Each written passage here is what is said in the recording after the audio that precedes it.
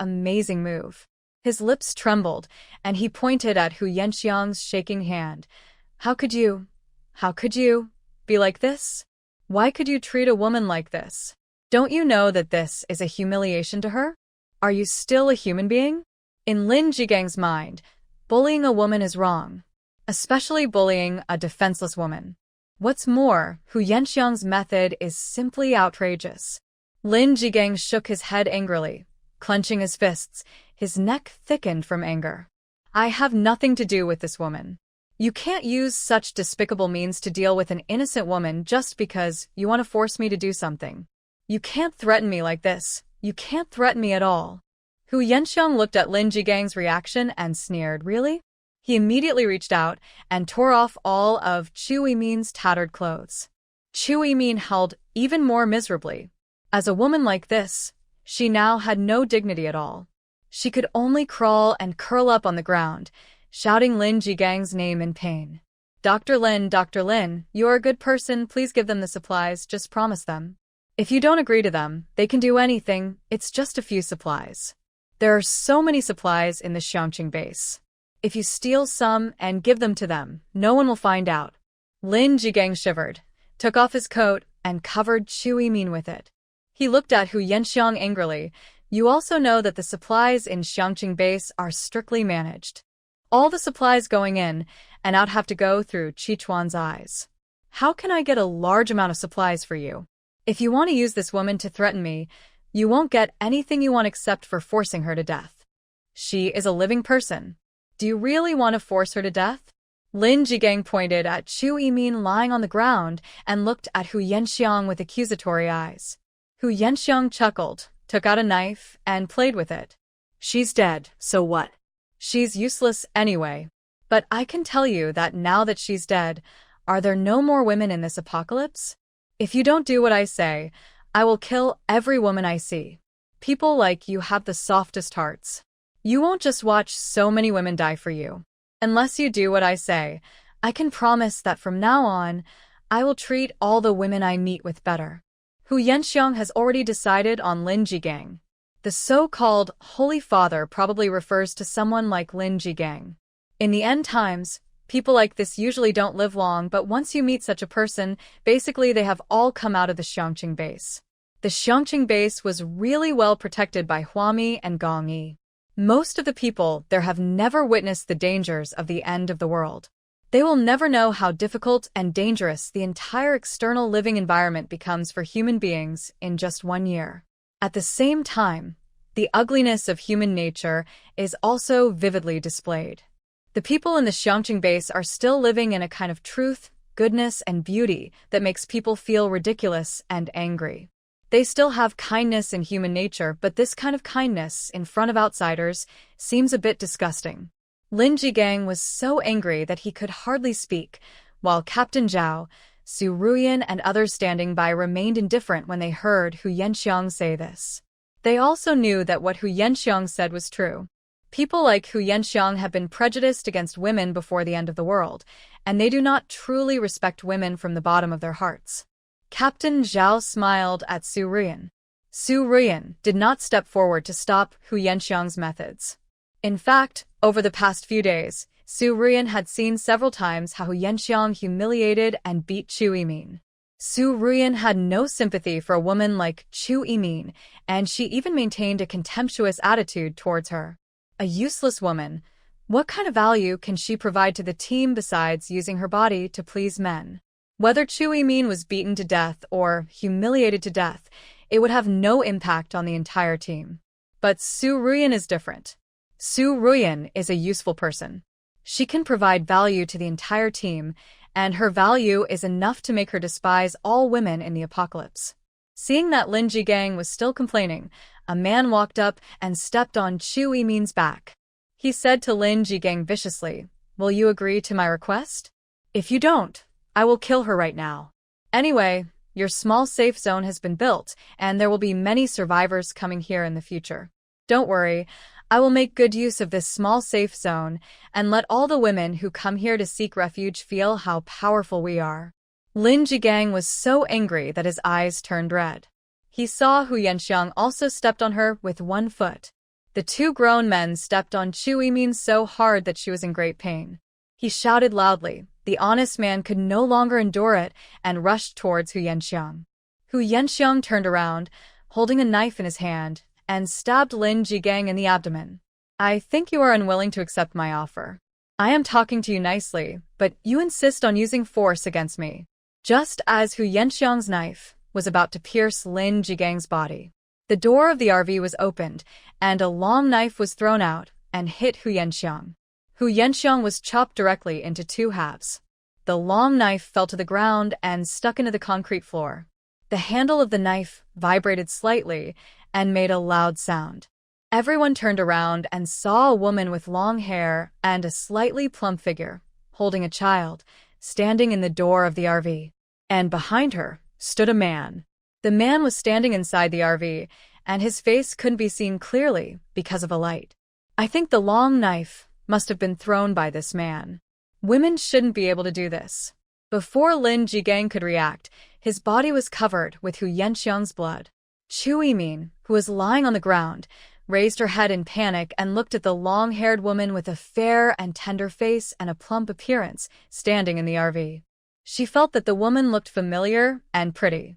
However, Chu Yimin was soon frightened and hugged her head, continuing to curl up on the ground like a turtle. The men on Hu Yanxiang's side were all shocked. They had no idea what was going on. All we know is that Hu Yanxiang died, having been cut in half by a long knife. So Hu Yanxiang, who was supposed to lead them to the East City base and was about to rise to prominence, just died like that? Isn't this a bit too dramatic? At this time, Captain Zhao finally stood up. A shrewd and sophisticated expression emerged on his face. He looked at Huami, who was holding her brother in the RV door. Thank you for saving this poor woman. Let's get to know each other. My last name is Zhao. We are preparing to go to the base of the city wall of Xiangqing base. What about you? It's the same for you, right? Huami looked at Captain Zhao coldly. This man had not taken any action to help Chu Yimin just now. No, actually, this man surnamed Zhao didn't want to get close to Huami. The person he wanted to get close to was actually Gong Yi. No one thought that the long sword was thrown by Huami, and Lin Jigang, the only person at the scene who understood Huami's strength, was even less likely to say anything to this group of people. At this moment, Lin Jigang's heart was full of vigilance. He came to his senses, helped Chu Yimin up from the ground, wrapped her clothes tightly, and told her, "Go sit in the corner. Don't worry, the person who bullied you is dead now. You're safe." After Lin Jigang finished explaining things to Chu Yimin, he hurriedly turned around and walked in front of Huami. Huami had already walked out of the RV, holding her whining brother. Since giving birth, her figure is still a little plump, but not as bloated as before. The fat on her face has also decreased a lot, and she seems to have regained some of her former beauty. Lin Jigang asked Huami in a low voice, "What should we do now?" Lin Jigang just realized that among this group of people, especially those led by Hu Yanxiang, there are few good people. In addition to the injuries caused by Hu Yanxiang, Chu Yimin's teammates also caused a lot of harm to Chu Yimin. Huami looked at Hu Yanxiang's teammates coldly and said to Lin Jigang naturally, "There's no need to have any hope for such people. Can we expect them to turn over a new leaf in this world? Just kill them. It will also save them from harming other women in the future." Lin Jigang pursed his lips and remained silent. If it were in the past, he would definitely not let Huami act so recklessly. But now Lin Jigang seemed to understand what Huami said. Perhaps if there was less garbage in this world, this doomsday would be a little cleaner. So if he reduces the amount of garbage, is that also a kind of salvation? Lin Jigang nodded slightly, expressing his agreement with Huami. At this moment, Hu Yanxiang's teammates, sensing that something was wrong, the four men suddenly shouted and attacked Huami directly. They held knives in their hands, some stabbed Huami's body, and some stabbed the child in Huami's arms. Su Ruyan watched all this coldly and had no intention of saving Huami at all. She said that a worthless woman would either die or become a plaything. Captain Zhao was the same. He just looked at the tall man in Huami's RV. The man seemed to be holding a child in his arms. It was the end of the world. Why didn't he throw the baby to feed the zombies? It seems that this man and woman have low IQs. Just when the knives in Hu Yanxiang's teammates' hands were about to stab Hua Mi and her brother, the bodies of the 4 men flew out at the same time. They flew in 4 different directions and hit the power grid. The electric grid made a crackling sound and a strong smell of meat wafted through the air. 4 men tumbled to the ground and died instantly. Captain Zhao looked like an interviewer with a satisfied smile on his face as he looked at Gong Yi in the RV. He pretended to be relieved. I knew, brother. You wouldn't watch your wife and children get hurt. I was sweating just now, thinking to myself, if you don't take action, I will take your place and become the hero for your wife and children. As he spoke, Captain Zhao laughed to himself. He thought he had played a very clever trick. Gong Yi glanced at Captain Zhao expressionlessly. Su Ruyan also came over. She glared at Captain Zhao. Her expression was still arrogant, but her voice was delicate. She said to Gong Yi, Big brother, would you like to come out and sit with me to talk about the future direction? Gong Yi didn't say anything. He looked at Hua Mi, waved his hand, closed the door of the RV, and was too lazy to pay attention to Captain Zhao and his group. The expression on Su Ruyan's face twisted for a moment. She glared at Captain Zhao. How dare this man in the RV not give her face? Captain Zhao coaxed Su Ruyan. It's okay, it's okay. Isn't that what all capable men are like? Look at that Hu Yanxiang before. He didn't have any ability. He always tried to please you like a lapdog. Don't be angry, dear. After being coaxed like this, Su Ruyan gave Captain Zhao a coquettish look, then looked at Hua Mi, who was holding the child and talking to Lin Jigang. So Su Ruyan signaled Captain Zhao, I think the man in this RV is quite skilled. It would be a good idea to recruit him into our team. Have you seen his wife and children? Start with his wife and children. Captain Zhao nodded, smiled, and walked towards Hua Mi, with a hint of arrogance in his expression, and asked, I have never seen you in this zombie type before. Are you new here? Are you also going to Xiangqing base? Do you want me to be your guide? I've been in and out of the zombie wave twice. Hua Mi looked at Captain Zhao with a half smile. We are not going to Xiangqing base. We are going to East City base. Captain Zhao laughed, his face still showing his usual sarcasm. He didn't think Hua Mi was very capable. So he said to Hua Mi, just like he did to Hu Yanxiang, look, this is another person who is deceived by old news. Your man is so capable. Why didn't he find you a power bank to keep you up to date with current events? There are humanoid monsters in the East City base. I advise you to go to the Xiang City base instead of the East City base. Su Ruyan on the side also nodded and agreed. Our team is currently recruiting people with special abilities. I think your man is capable, so why don't you join us and go to the Xiangqing base with us? There is a small oasis under the wall of our Xiangqing base, and it is full of our people. At this time, Chu Yimin, who was shivering on the ground, realized that they had followed Captain Zhao's team for such a long time, but still had not figured out Captain Zhao's background. Captain Zhao never told them that they were a very large team, a team so large that they could build an oasis under the wall of Xiangqing base. And now, Su Ruyan is willing to reveal her strength. Of course, she also has eyes for Gong Yi's strength. Hua Mi smiled and said, That's not necessary. We have things to do in East City, so we won't go back to Xiang City with you. After that, Hua Mi looked at Lin Jigang and said to him, Are you still going with us to East City? I won't force you to do this. It's up to you to decide. Many people would probably back off when they heard that there were humanoid zombies in the East City base. Lin Jigang said firmly, I will go with you. He didn't want to stay with disgusting people like Captain Zhao and Su Ruyan. Hua Mi said, Pack up, we have to go. Lin Jigang nodded and gathered some of his belongings on the ground into his backpack.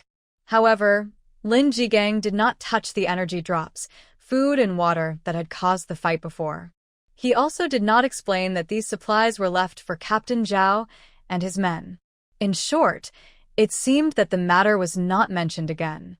Captain Zhao signaled to Su Ruyan, and Su Ruyan understood that she would collect the piles of supplies on the ground in a while. At this time, Captain Zhao and others became more and more certain that Lin Jigang came out of the Xiangqing base. Someone winked at Captain Zhao in a low voice. Captain Zhao laughed and said to Lin Jigang, Your CEO, Qi, and I are acquaintances. How is your CEO Qi doing recently? Since the Xiangqing base was sealed, Mr. Qi has not come out of the Xiangqing base. He must be suffocated. Lin Jigang was stunned. He looked at Captain Zhao. It was obvious that Captain Zhao seemed to have misunderstood something. He thought Lin Jigang was Qichuan's friend. Everyone in the apocalypse knew that Qichuan was in charge of the transportation of supplies in the Xiangqing base, so when Lin Jigang delivered supplies to each safe zone, he was naturally mistaken for being Qichuan's man. Captain Zhao was trying to get close to Lin Jigang. He may not know Qichuan, but he must want to win over Lin Jigang so that he can have a chance to obtain a stable source of energy drops after getting in touch with him. This ambition is actually similar to that of Hu Yanxiang. Lin Jigang pursed his lips and wanted to explain, but when he looked at the posture of Captain Zhao and his men, he fell silent. Continue packing your luggage. He didn't want to talk or pay attention to these people. Every word he said to Captain Zhao would make him more disappointed in human nature. At this time, Gong Yi had already put on a black casual suit, wrapped a baby swaddle in his arms, and got out of the luxury RV holding his sleeping sister. His aura was overwhelming, and when they saw the extraordinary bearing and the majestic aura that came from him without even getting angry, the eyes of Captain Zhao and the others lit up. This is definitely a master. So Captain Zhao immediately stepped forward and stretched out his hand, wanting to shake hands with Gong Yi. Hello, my last name is Zhao. Before he could finish his words, Gong Yi turned his body to the side, protecting his sister in his arms and preventing Captain Zhao from reaching out to his daughter. Captain Zhao's eyes flashed with displeasure, but he immediately concealed it and put on a smile. I saw that you were very good at fighting just now. Are you interested in joining our team? Let's go to Xiangqing base together. We have an oasis there. Gong Yi walked towards Hua Mi. He did not look back, but said indifferently, didn't my wife just answer you? Before Gong Yi got off the RV, Hua Mi said that they were not going to the Xiangqing base, they were going to the East City base. But no one took Hua Mi's words seriously. No one thinks that what a woman like Hua Mi says can decide anything. Even Su Ruyan thought so too. Seeing that Captain Zhao couldn't deal with Gong Yi, Su Ruyan reached out and stopped Gong Yi. I only heard Su Ruyan say, to survive in this apocalyptic world, isn't it normal for us to stick together for warmth? Although you are very powerful, you can bring your wife and your 2 children and move freely in this zombie tide. But if you join a team, you will know that the team will bring you a lot of convenience. Like this. Su Ruyan had a look of pride and satisfaction on her face. She stretched out her hand, and a piece of bread appeared in her white and tender palm. She shook the bread in her hand towards Gong Yi and said, You have to believe me. Joining our team will only benefit you, not harm you. After saying this, Su Ruyan flipped her hand again, and the bread in her hand disappeared as if by magic. She thought that her special abilities had already shocked Gong Yi, Hua Mi, and Lin Jigang. So she folded her arms, looked at Gong Yi leisurely, waiting for Gong Yi to join her team. But Gong Yi did not react at all. He just glanced at Su Ruyan's hand, hugged his sister in his arms, and stood beside Hua Mi. Captain Zhao thought Gong Yi didn't understand, so he stepped forward and explained to Gong Yi, Ruyan is a space-capable person. Do you know what a space-capable person is? We ordinary people will not easily expose Ruyan's special ability. We also think that you are a promising talent. Your abilities are very powerful and worthy of a team like ours, so we sincerely invite you to join our team. He said this with great confidence, believing that as long as Su Ruyan's special abilities were exposed, Gong Yi would know how much benefit there would be in joining their team. A person with space ability, the so-called person with space ability, is someone who can carry supplies in a very magical space. In this way, their team would not have to carry bulging and extremely heavy backpacks as they navigated through the zombie tide. When they went out to find supplies to kill zombies, they only needed to bring Su Ruyan with them to carry a large amount of supplies. This is actually a very convenient power. Most of the high-level survivors who joined Captain Zhao's team were attracted by Su Ruyan's special ability. That's why I chose to join them. Gong Yi's expressionless face was seen again. Captain Zhao said, How about it? It's just a matter of words whether you want to join us or not. We really don't invite people to join us easily. Before Gong Yi could speak, Huami beside him smiled. These days, space ability users can also be used as a gimmick to recruit people. Just like that, in front of a high-level psychic whom he had just met, he openly revealed that there was a space psychic in their team. Is it because he thinks the space psychic in his team is too precious? Aren't they afraid that the high-level psychic will be eager to find the truth and carry Su Ruyan away? Perhaps Huami's voice was too soft, or perhaps she was too useless in the eyes of Captain Zhao and Su Ruyan. No one paid any attention to Huami. So Huami pointed at the luxurious large double-extension lift-top RV and said to Su Ruyan, "I see that the power grid in this safe zone has been built. It's a shame to leave our RV, which is so big and brand new, here." Su Ruyan did not move, but looked at Huami with contempt in her eyes. Was Huami asking her for help? If so, why didn't she look like she was asking someone for help? Who is Su Ruyan, and who is Huami? Huami was surprisingly calm and asked Su Ruyan for help as if she was just doing a small favor. You have to know that the person standing in front of Huami is a person with spatial abilities. Huami wanted help from a space-powered person? She had to shamelessly ask for it a few more times. Seeing Su Ruyan acting like this, everyone could see that Su Ruyan didn't want to help Huami at all. Su Ruyan has a sense of pride in her heart. This sense of pride allows Su Ruyan to look up to anyone in the apocalypse. At least an ordinary woman like Huami can't control Su Ruyan.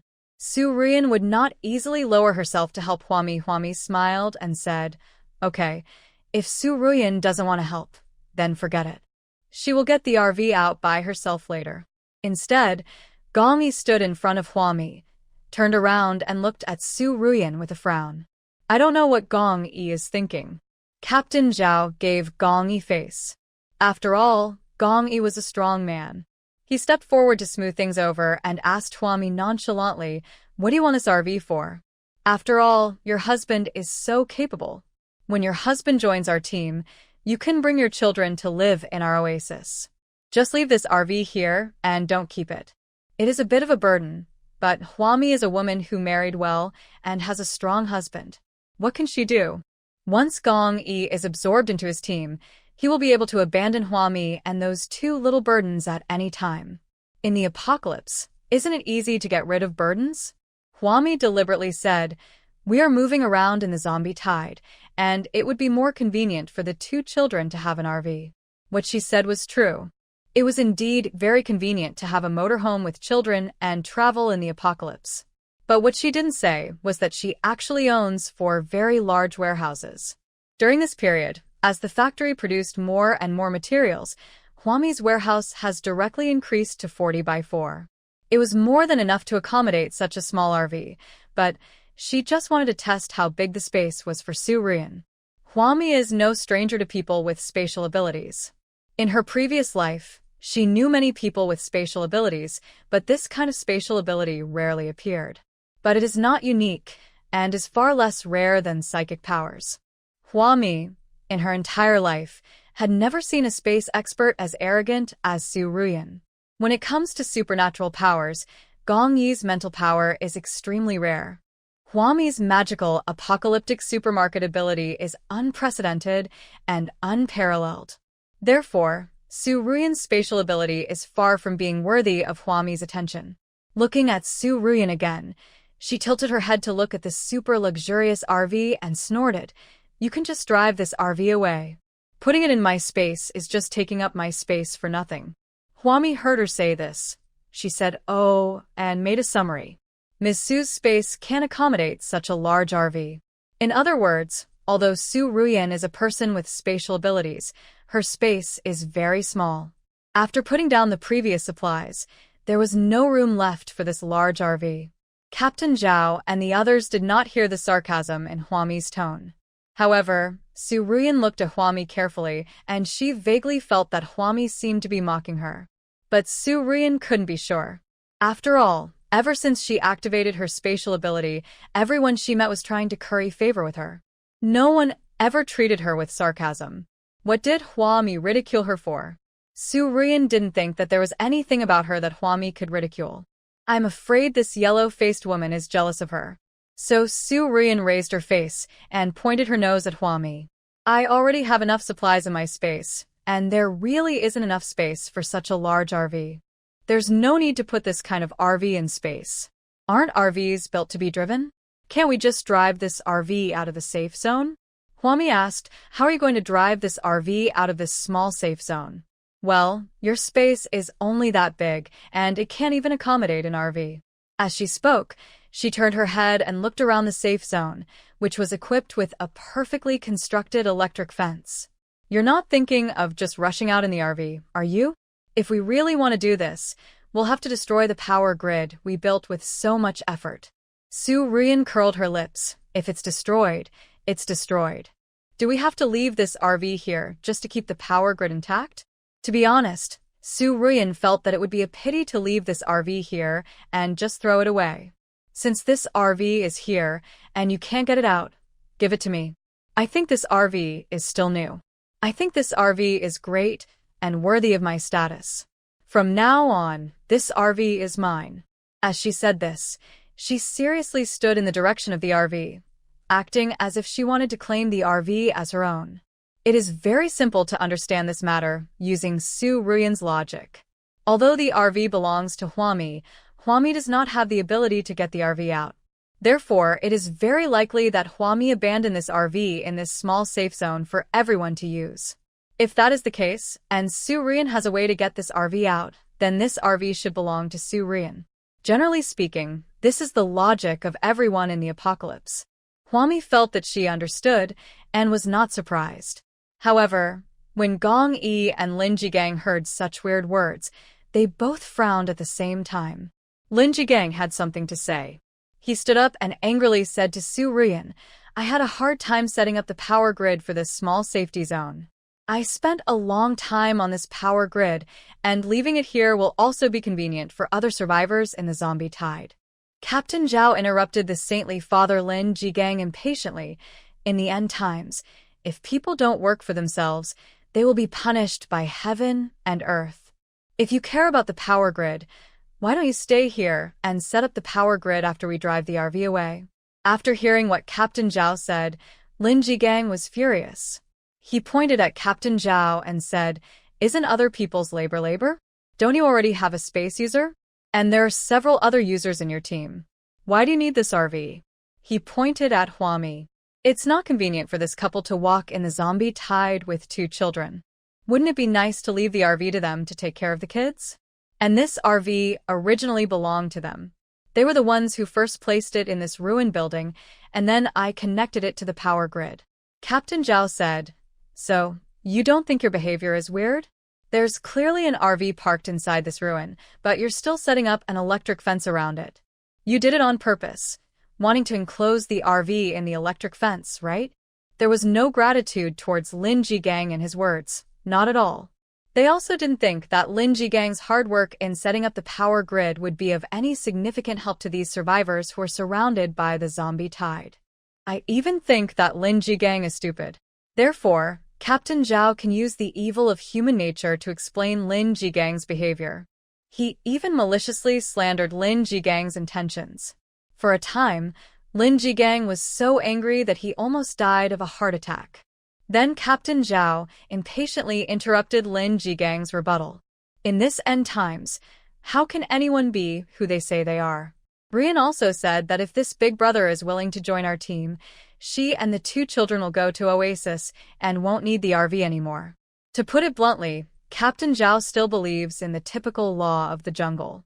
The fact that a man like him could become a captain in the apocalypse and build an oasis for survivors shows how advanced his thinking is. People like him adapt to the end of the world faster than anyone else.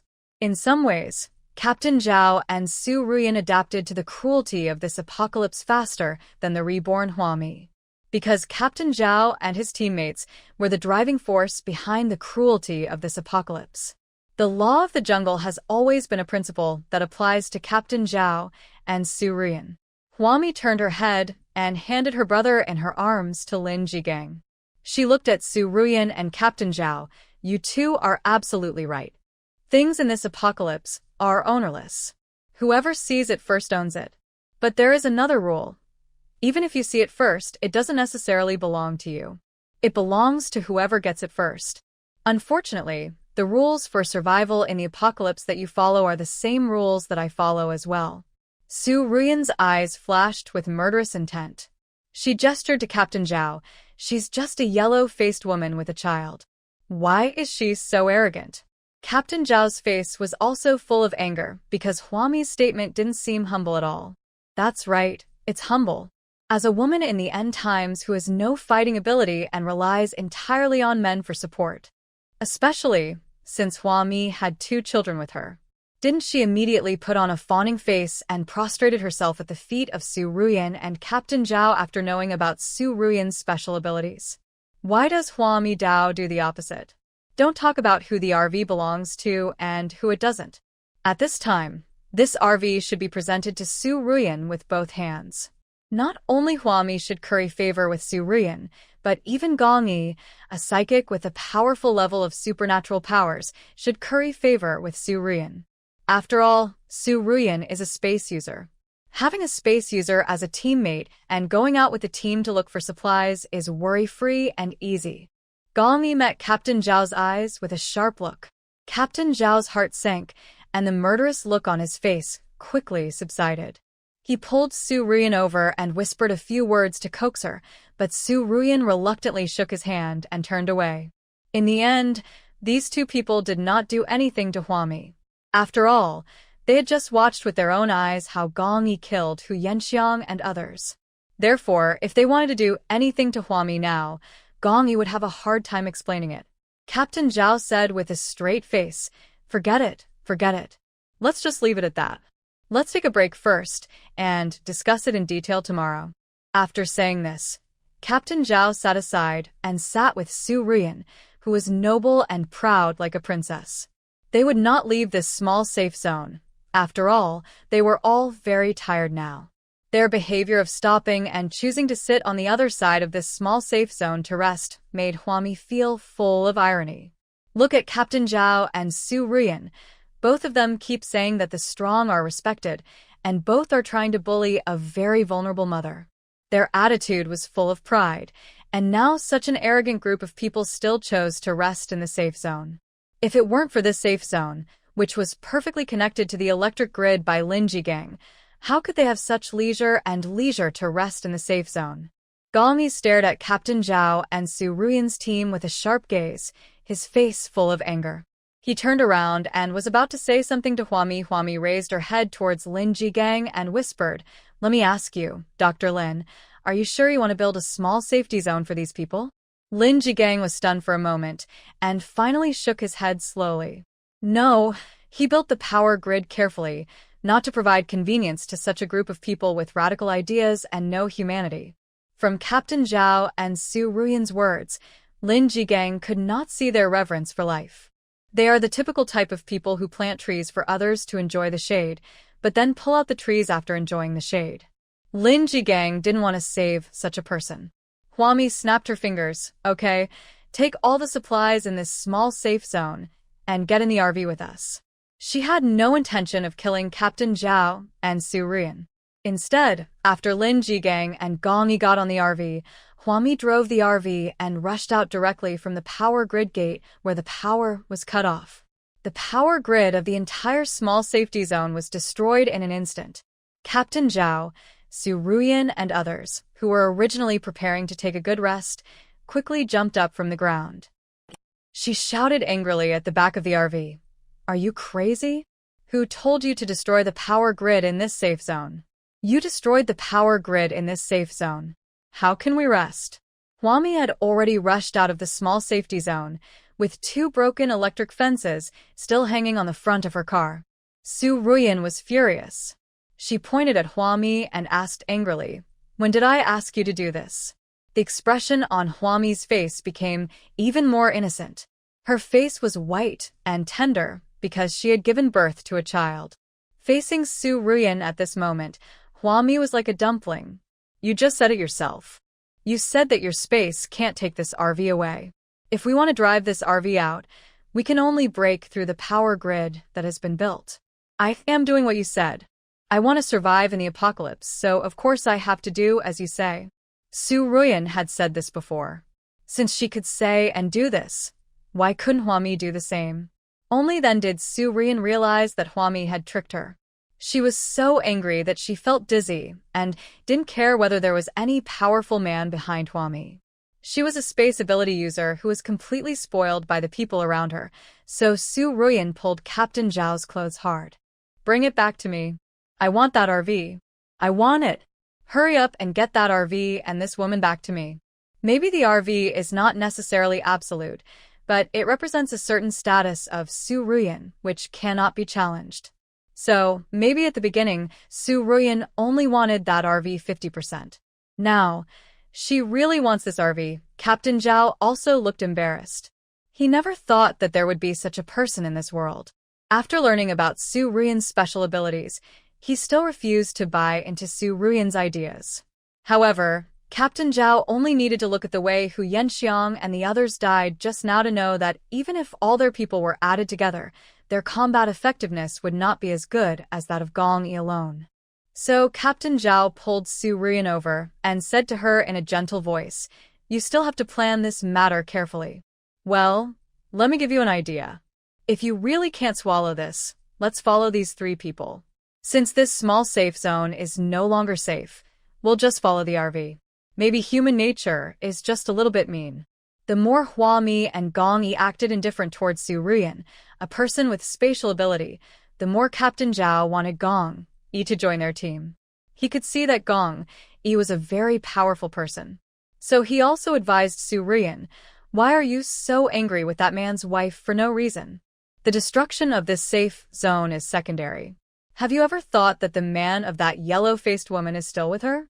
Su Rian didn't say anything, but just glared at Captain Zhao with a look of grievance, then turned her head and looked elsewhere.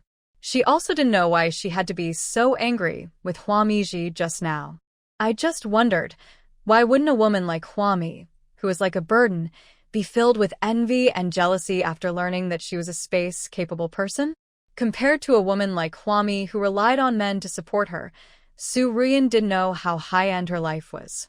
Perhaps it was because of this unwilling psychological factor that Su Rian insisted on arguing with Huami about the RV. And now, Huami's act of driving the RV and breaking through the power grid is undoubtedly a provocation to Su Rian. Captain Zhao packed his luggage, called the rest of the team, and walked out of the safe zone together. On the way, he advised Su Rian, "Think about it yourself, what kind of life you are living. With your own abilities, you have won the respect of all men in the apocalypse. You live a much more upscale life than that yellow-faced woman. There's no need to be angry with her. When you see her later, don't say anything. Leave everything to me. Don't worry, I'm definitely on your side, but let's get that powerful man into the team first. Once he's been in our team for a long time and has developed feelings for us, will he still be unable to let go of these 3 burdens?" The 3 burdens refer to Huami and her brother and sister. Su Rian held her breath and nodded with great embarrassment. Soon they caught up with Huami's RV. When Gong Yi stopped using his mental power to deal with the nearby zombies, the speed of the RV driving towards the outside of the zombie tide slowed down. When Captain Zhao and Su Rian's team arrived, Huami and Gong Yi were both in the RV. Lin Jigang was alone outside the RV, digging out the crystal cores from the zombies' brains with a look of disgust on his face. Captain Zhao came over with a smile. "Dr. Lin, this kind of work should be asked to that mother. Let her do something." Lin Jigang ignored Captain Zhao. Captain Zhao wanted to get close to Gong Yi in the RV again. Before he could say anything, he saw a large group of zombies wandering out of the diagonal alley. Captain Zhao hurriedly called his men to start killing zombies. Su Rian retreated to a safe place. The space ability user was the most valuable person in the entire team. If she died, all the supplies collected by the entire team would be in danger this time. So every time Su Rian shuttled among the zombies, she didn't have to kill them. And naturally, there are many people who will protect her well. This gave Su Rian more time to observe Gong Yi and Huami carefully. As a result, she only saw Lin Jigang circling around the RV to take the crystal core. After a while, an unmanned garbage truck came from a distance. This garbage truck was a black technology released by the Xiangqing base.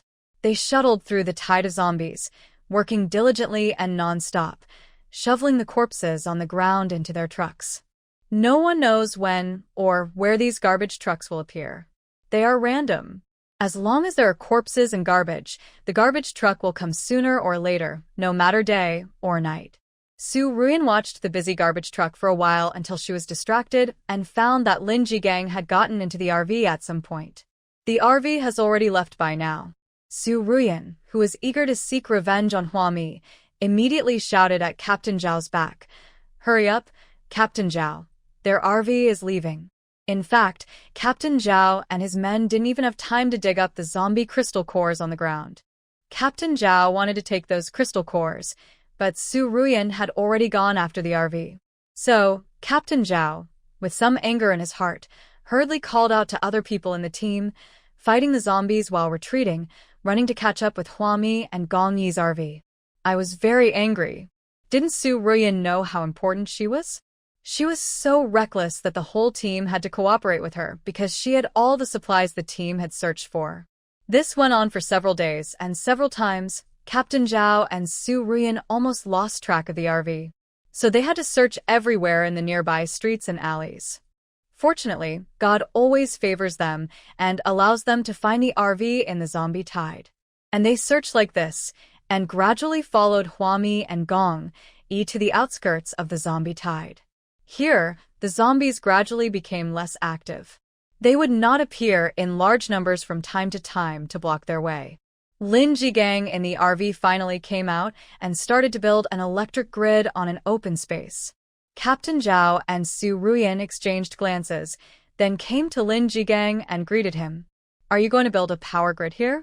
Lin Jigang was busy with his work and didn't really want to pay attention to Captain Zhao and Su Ruyan.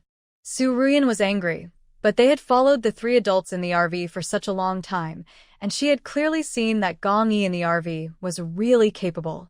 Although they didn't see how Gong Yi killed the zombies, every time he rushed to the RV, the zombies near the RV had already been killed. But the faster Gong Yi killed the zombies, the more Su Ruyan realized that she could not have a conflict with Gong Yi. It is obvious that Gong Yi is now helping his wife and Lin Jigang. As long as Gong Yi and Huami are together, they have no way to get Gong Yi away from Huami and those two little burdens. So both Captain Zhao and Su Ruyan have to be more restrained. Captain Zhao said something shamelessly to Lin Jigang. "Why don't you open the Xiangqing base to allow the supplies from outside to flow smoothly? Like now, sending you out to build small safety zones everywhere and put supplies into the small safety zones. How inconvenient is that?" Lin Jigang rolled his eyes at Captain Zhao, set up the iron sheet in his hand, and turned back to the RV. This luxurious pop-up RV is very spacious. Lin Jigang now lives together with Huami and Gong Yi. "When I have nothing to do, I help take care of my brother and sister." After he went in and washed his hands, he helped his sister do exercises while saying to Gong Yi, who was holding his brother, "Captain Zhao and Su Ruyan are following us again." Gong Yi didn't react to this. Huami, who was baking bread in the kitchen, said coldly, "Their persistence will eventually kill them one day." After saying this, Huami did not comment on the team outside. "We are about to leave the zombie tide here, which means we have entered the territory of Yi City." Huami's focus was not on Captain Zhao and Su Ruyan's team behind them, but on what Captain Zhao said about the humanoid monster in the Yi City base. In the past few days, she and Gong Yi have also thought about it, and it is very likely a mutant beast. The appearance of mutant beasts is the true sign of the coming troubles of the end of the world.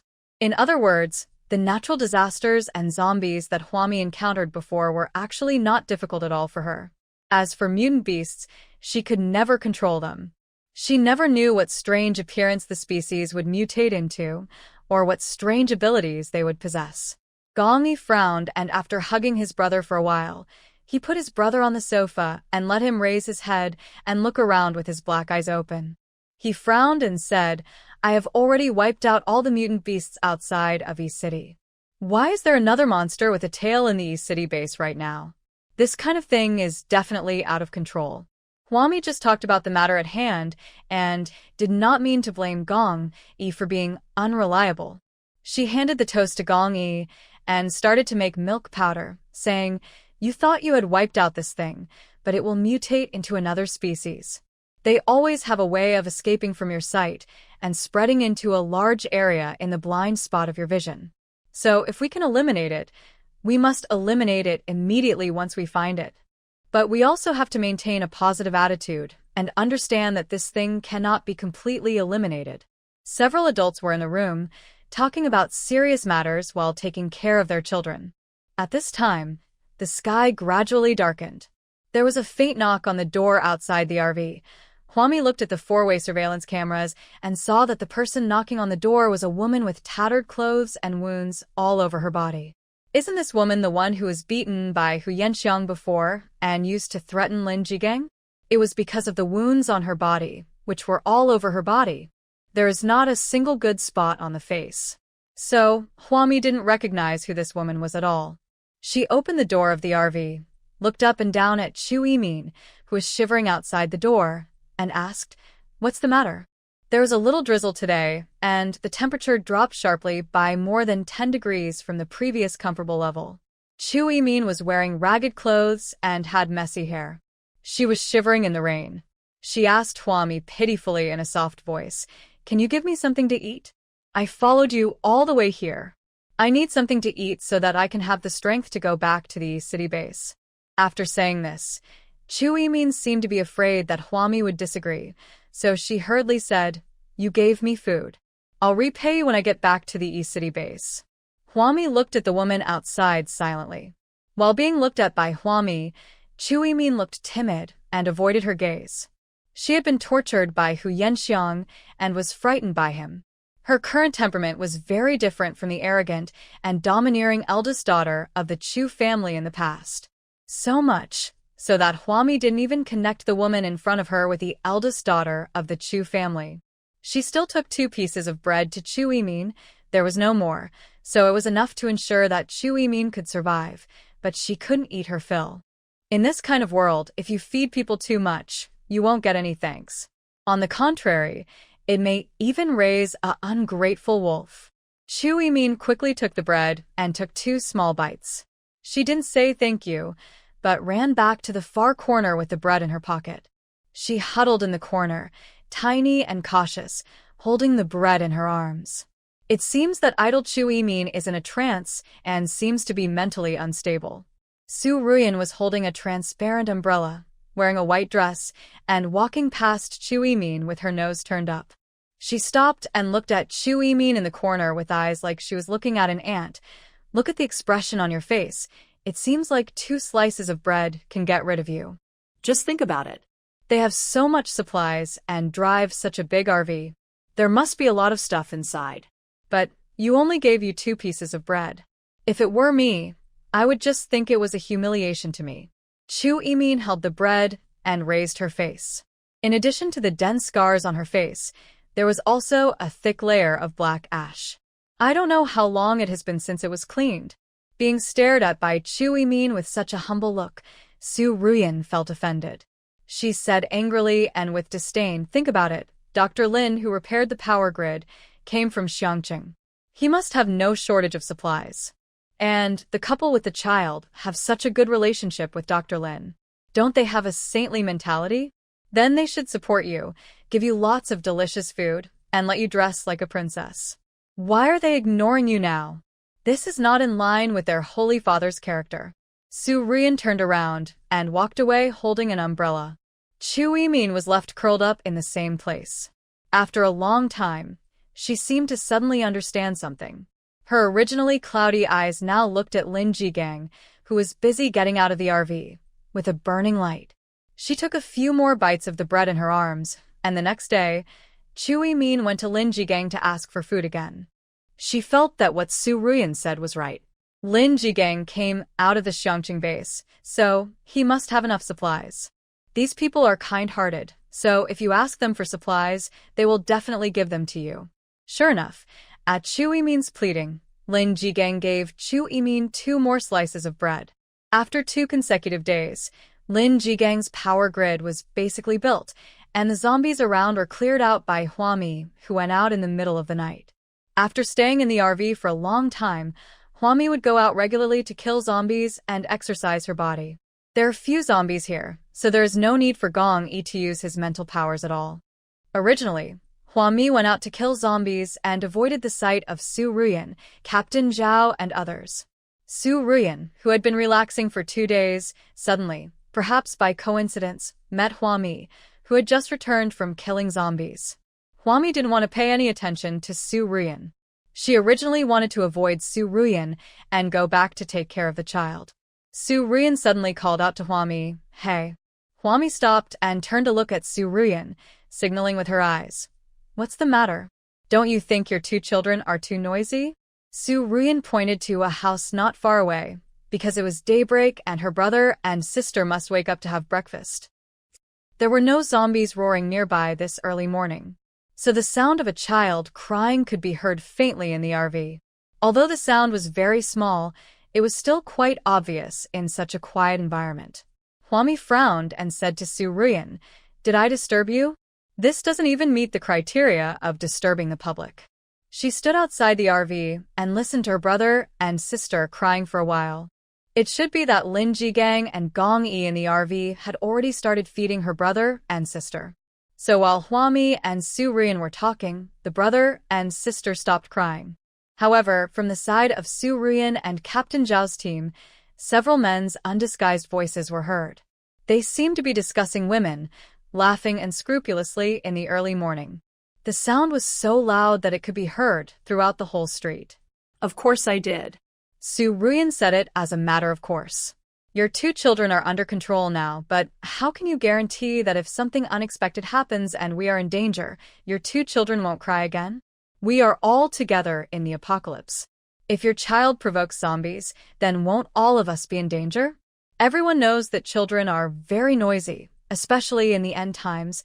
They have no way to control their crying." Therefore, Su Ruyan's words clearly showed that she was trying to make things difficult for Hua Mi and didn't want her to stay here any longer. Moreover, she wanted to let Hua Mi know her identity as a burden. This accusatory and matter-of-fact tone made Hua Mi unable to help laughing. She asked Su Ruyan, "Children are different from adults. How can I control their crying? They will cry when they are hungry or uncomfortable. Then I don't know. They are your children, not mine. You have to figure it out yourself." Su Ruyan's nose was pointed upwards, and she was full of arrogance. "Since you know that children are noisy, I don't understand why you would give birth to a child at a time like this. In order to survive in the apocalypse, some people would throw their own children out to feed the zombies. Why can't you think of a way to stop your child from crying?" Su Ruyan said this and rolled her eyes at Hua Mi. After saying these words, Su Ruyan deliberately said to Hua Mi in a tone that seemed like she was doing him a favor, "You should actually recognize your own identity. You are a burden. You and your child are both burdens. Look at your child. How many times a day does he cry?" "He cries loudly.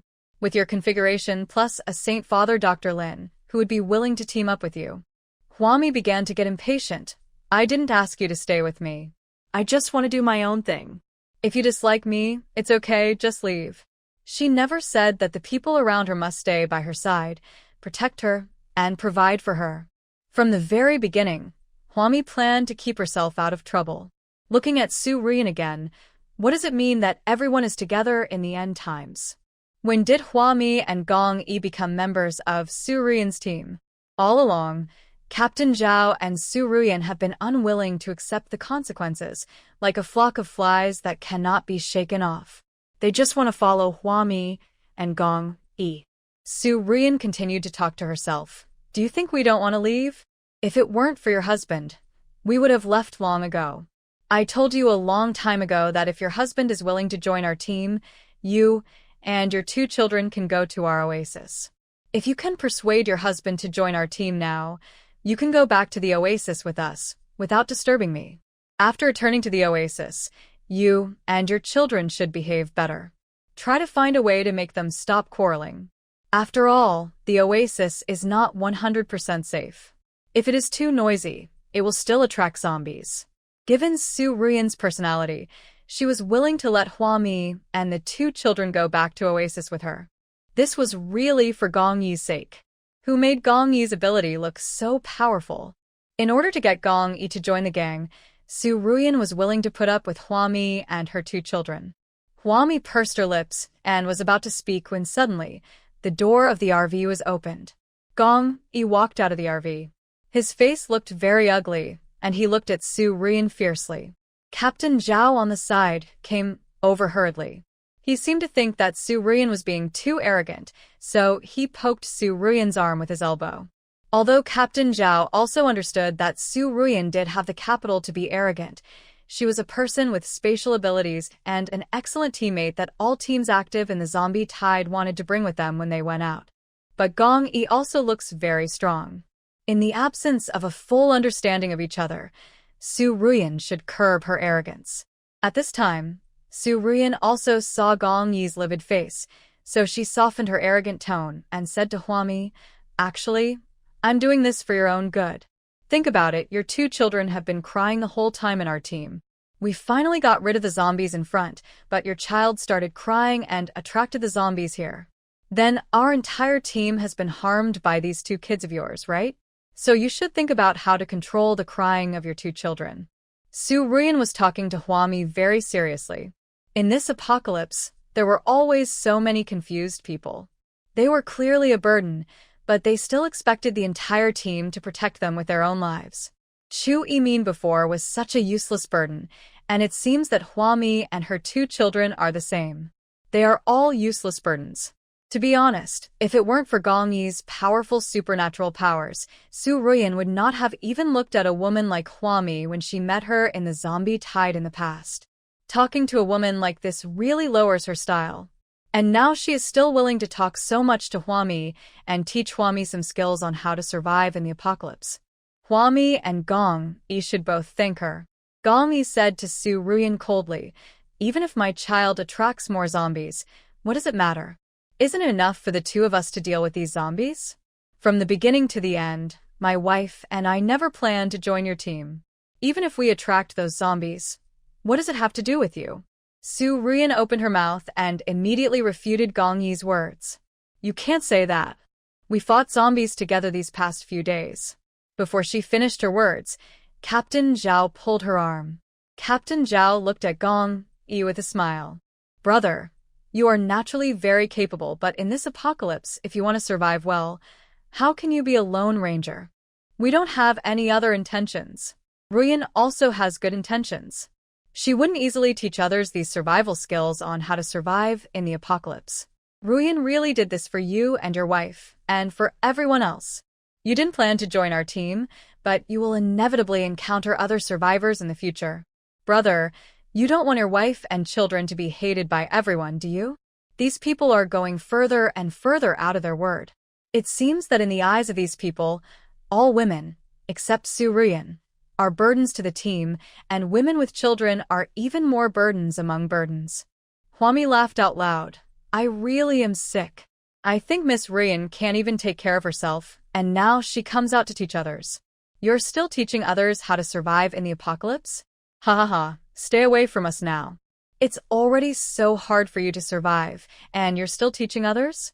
The sarcasm in her tone was too obvious. Su Ruyan seemed to be angry, and said in a cold voice, "My life experience is much richer than a woman like you, who can only take care of children. I have been traveling among the zombies. Look at you guys. You have to drive such a big RV when you go out. It's because you have a lot of stuff and you need such a big RV to carry it. But if you 2, a husband and wife with 2 children, join our team, I can help you carry some things and you can move easily and the whole team can move forward easily. We can all move freely among the zombies. Anyone who understands knows my advantages. I don't know why you are so stubborn and insist on not joining us." In Su Ruyan's opinion, everyone who knows that she is a space-time mutant will rush to join her team. Therefore, she and Captain Zhao have always been at the level of selecting teammates. Many people want to join them, but they look down on them. Take Hu Yanxiang, for example. Those men have been trying to curry favor with Su Ruyan and Captain Zhao all along, but Su Ruyan and Captain Zhao just look down on Hu Yanxiang. Now that they have set their eyes on Gong Yi should be happy to join their team. After all, Su Ruyan is a space user, isn't she?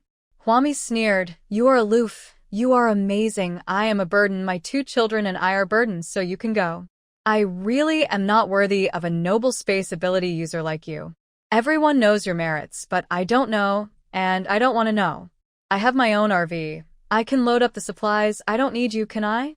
Gong Yi on the side finished off the attack. I don't necessarily want you to follow me. If you want to think about your own lives, don't follow us. After all, I have children and girls on my team. Seeing Gong Yi angry, Su Ruyan raised her eyebrows and looked at Huami. Every word I say is for your own good. It's all for you, so that you can survive well in the end times. Think about it carefully. Every word I said was true. Huami couldn't help but imitate Su Ruyan's way of speaking. She no longer hid the contempt for Su Wuyan in her eyes. Everyone saw Huami's eyes peeling off her disguise bit by bit, becoming extremely cold and sharp. The look in her eyes when she looked at Su Ruyan and Captain Zhao's team was full of disdain. Huami suddenly started the verbal slaughter mode. How to survive in the apocalypse. Do I need you to teach me? You take yourself too seriously. You say you are a space user, but you can't even fit such a small RV into your space.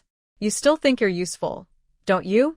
For such a long time, I tried my best to pretend that you didn't exist because every time I saw you acting funny here, it was as funny as watching a clown. Every word you say makes me embarrassed. What do you mean by you can't get out, but we can, and you still won't allow me to own this RV? Huami imitated Su Ruyan's pretentious tone and said, but what you mean by getting out is to directly break through the safety zone's electric fence. Your logic is so strong, and it can indeed allow you to survive for a short time in the apocalypse. But with your logic, I can say responsibly that this is where you'll end. It's the end. You can't go far. From now on, you'll either die in this apocalyptic zombie tide and mutated plants and animals, or die at the hands of a higher-level superpower than you. This is the cycle of nature. There's no need to feel that you can't understand it. I support the rule of the strong, but I don't support the law of the jungle. I support the survival of the fittest, but I don't support bullying the weak.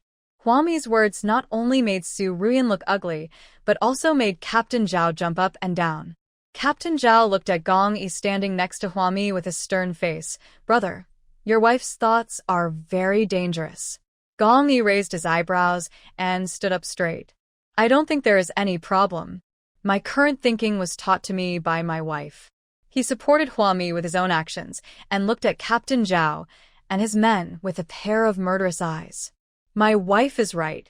If you don't put away your arrogant attitude and stop your bullying, sooner or later you will die at the hands of a higher-level psychic than you. How about giving it a try?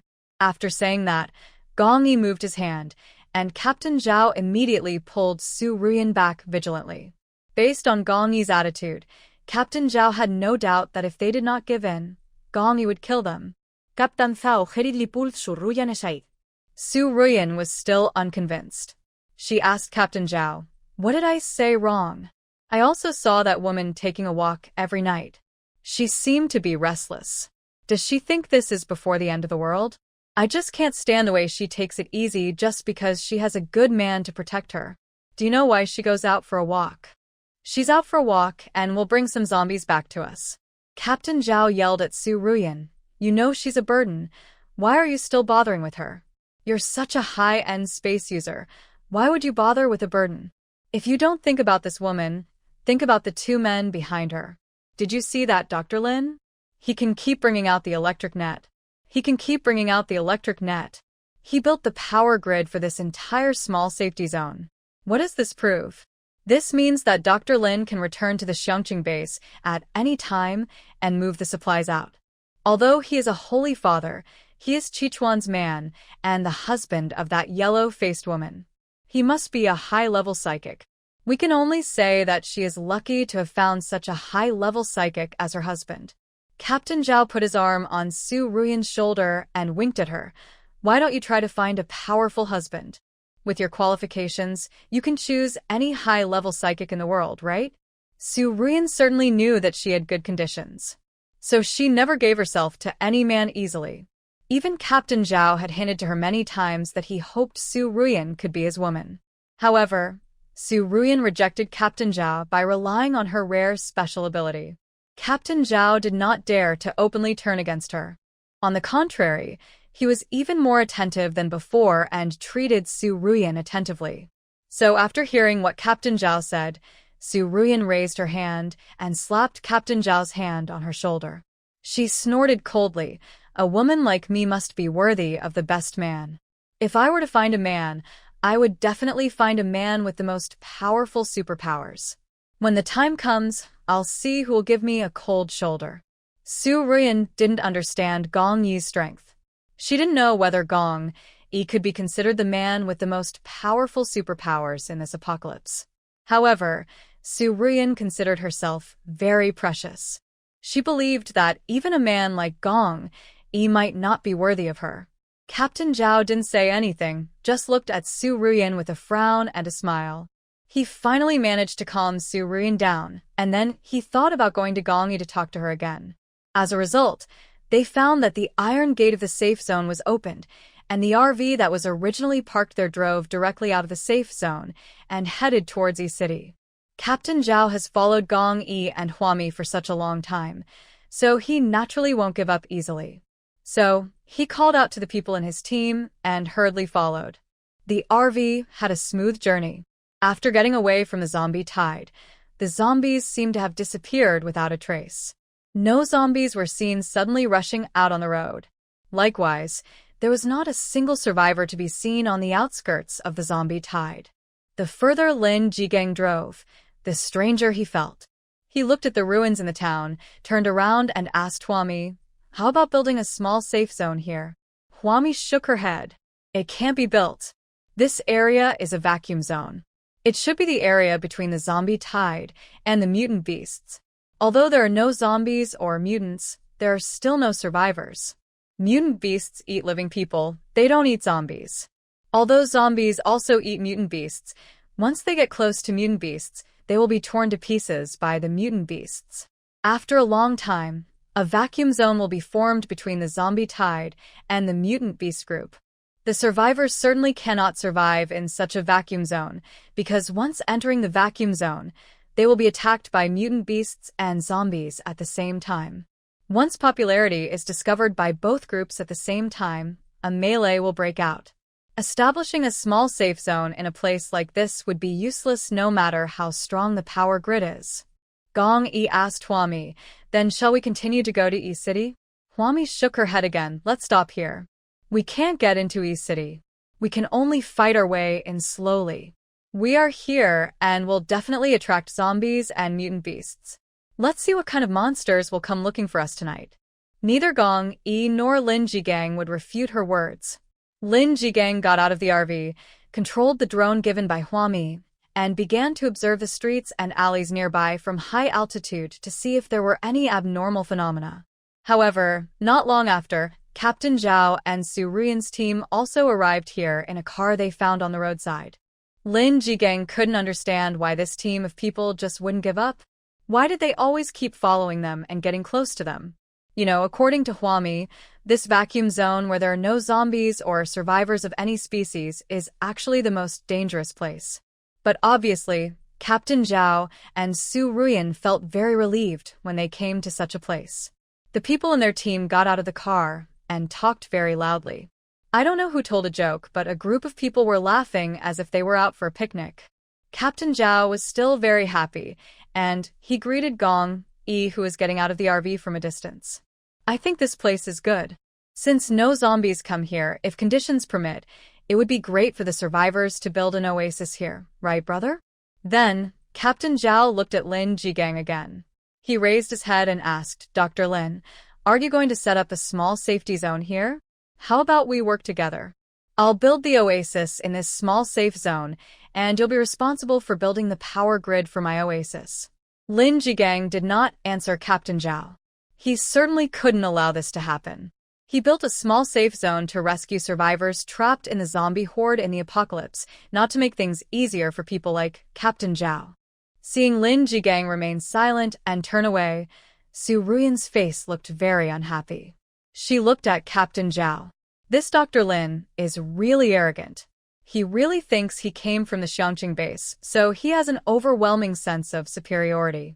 No one should show any sense of superiority in front of her. Because Su Rui's sense of superiority is the strongest among everyone.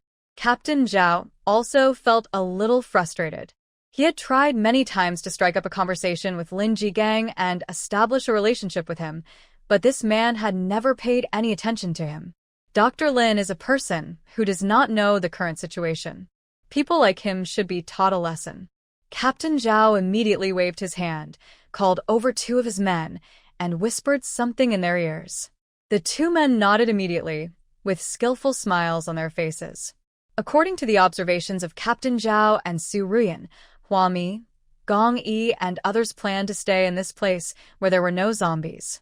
I don't know how long it will stop, but judging by previous stay durations, the couple will probably stay for several days. Captain Zhao also analyzed that the reason why Hua Mi and Gong Yi were so high-profile and did not say a word about Su Ruyan's supernatural powers was probably because of the existence of Lin Jigang. They analyzed and found that since Lin Jigang came out of the Xiangqing base, he should have a lot of supplies in his hands. Hua Mi and Gong Yi were unwilling to join another team, most likely because Lin Jigang provided them with a lot of supplies. As a result, the couple did not have any material worries. So, what if Lin Jigang has no other choice but to provide them with supplies? The next day, Lin Jigang came out of the RV as usual, holding a drone and started flying it outside. Usually at this time, Lin Jigang would get out of the RV to avoid suspicion.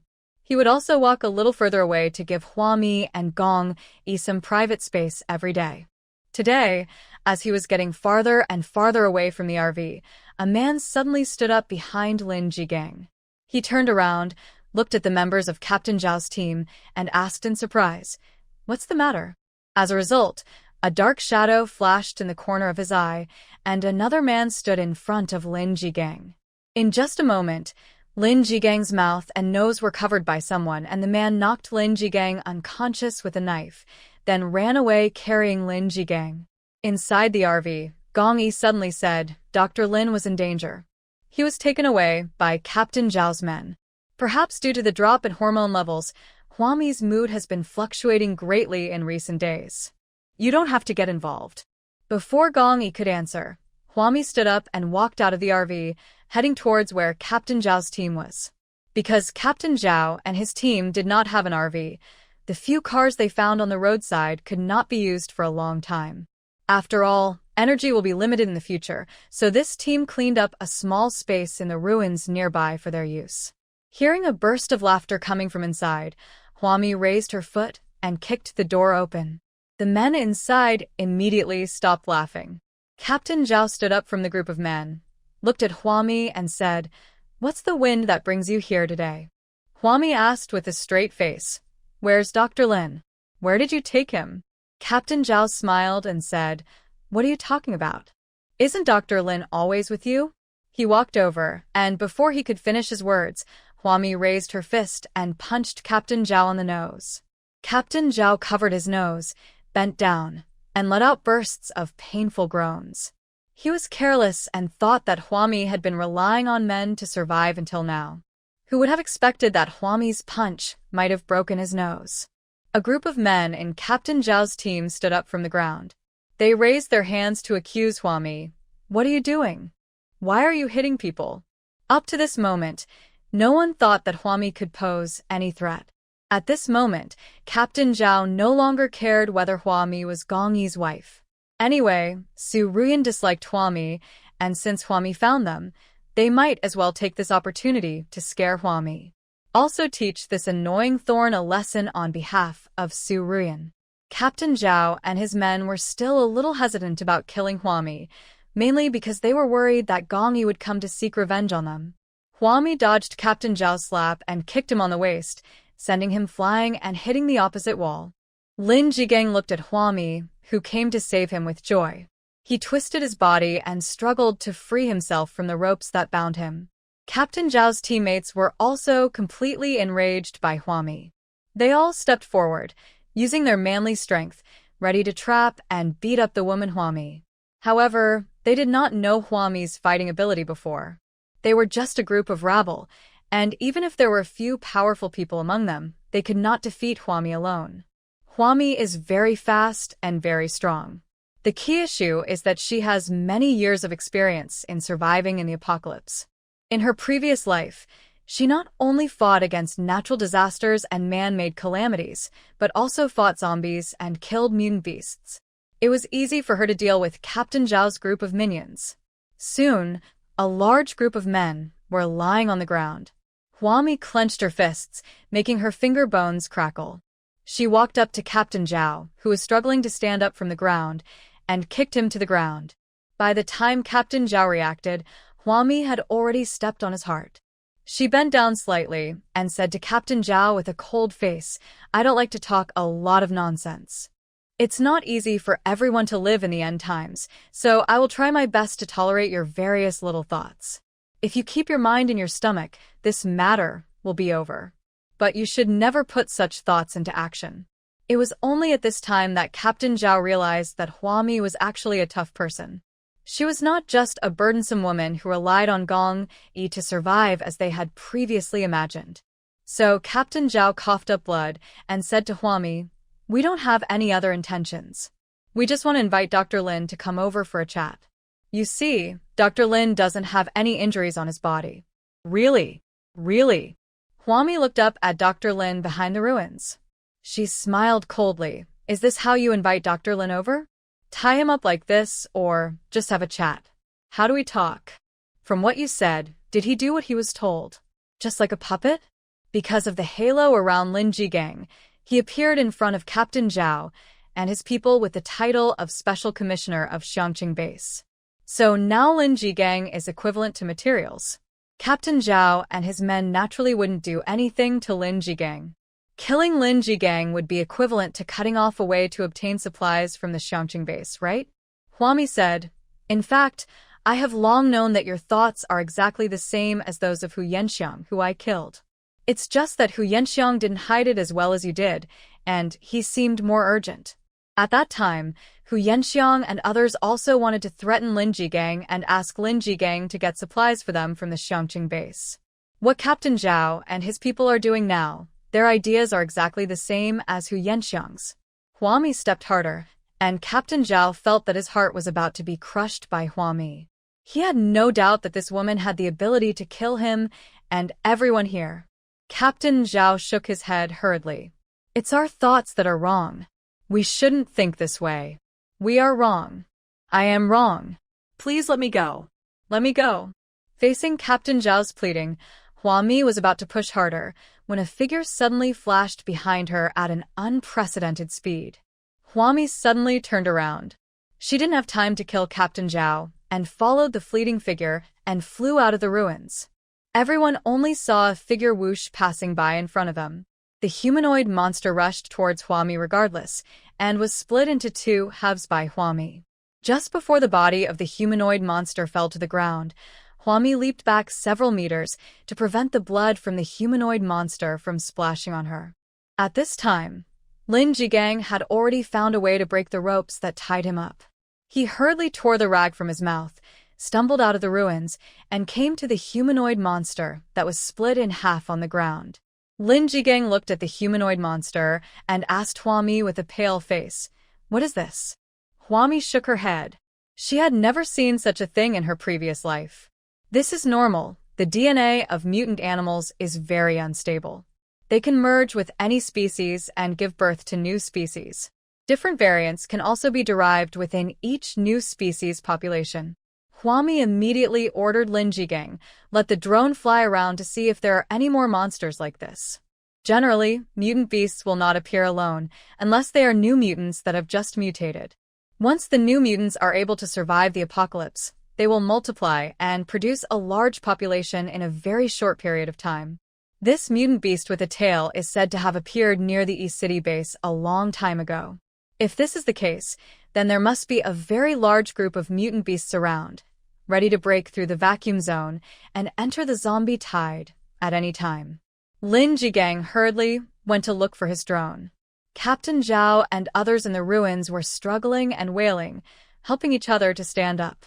Before they could say anything, Gong Yi opened the door of the RV, stood at the entrance of the RV, and said with sharp eyes, "A group of people are coming from the direction of City Yi."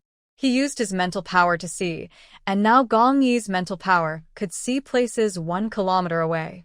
Huami turned around and asked Gong Yi, "Is it a human or a monster?" Gong Yi answered with certainty, "It's people, a large group of people."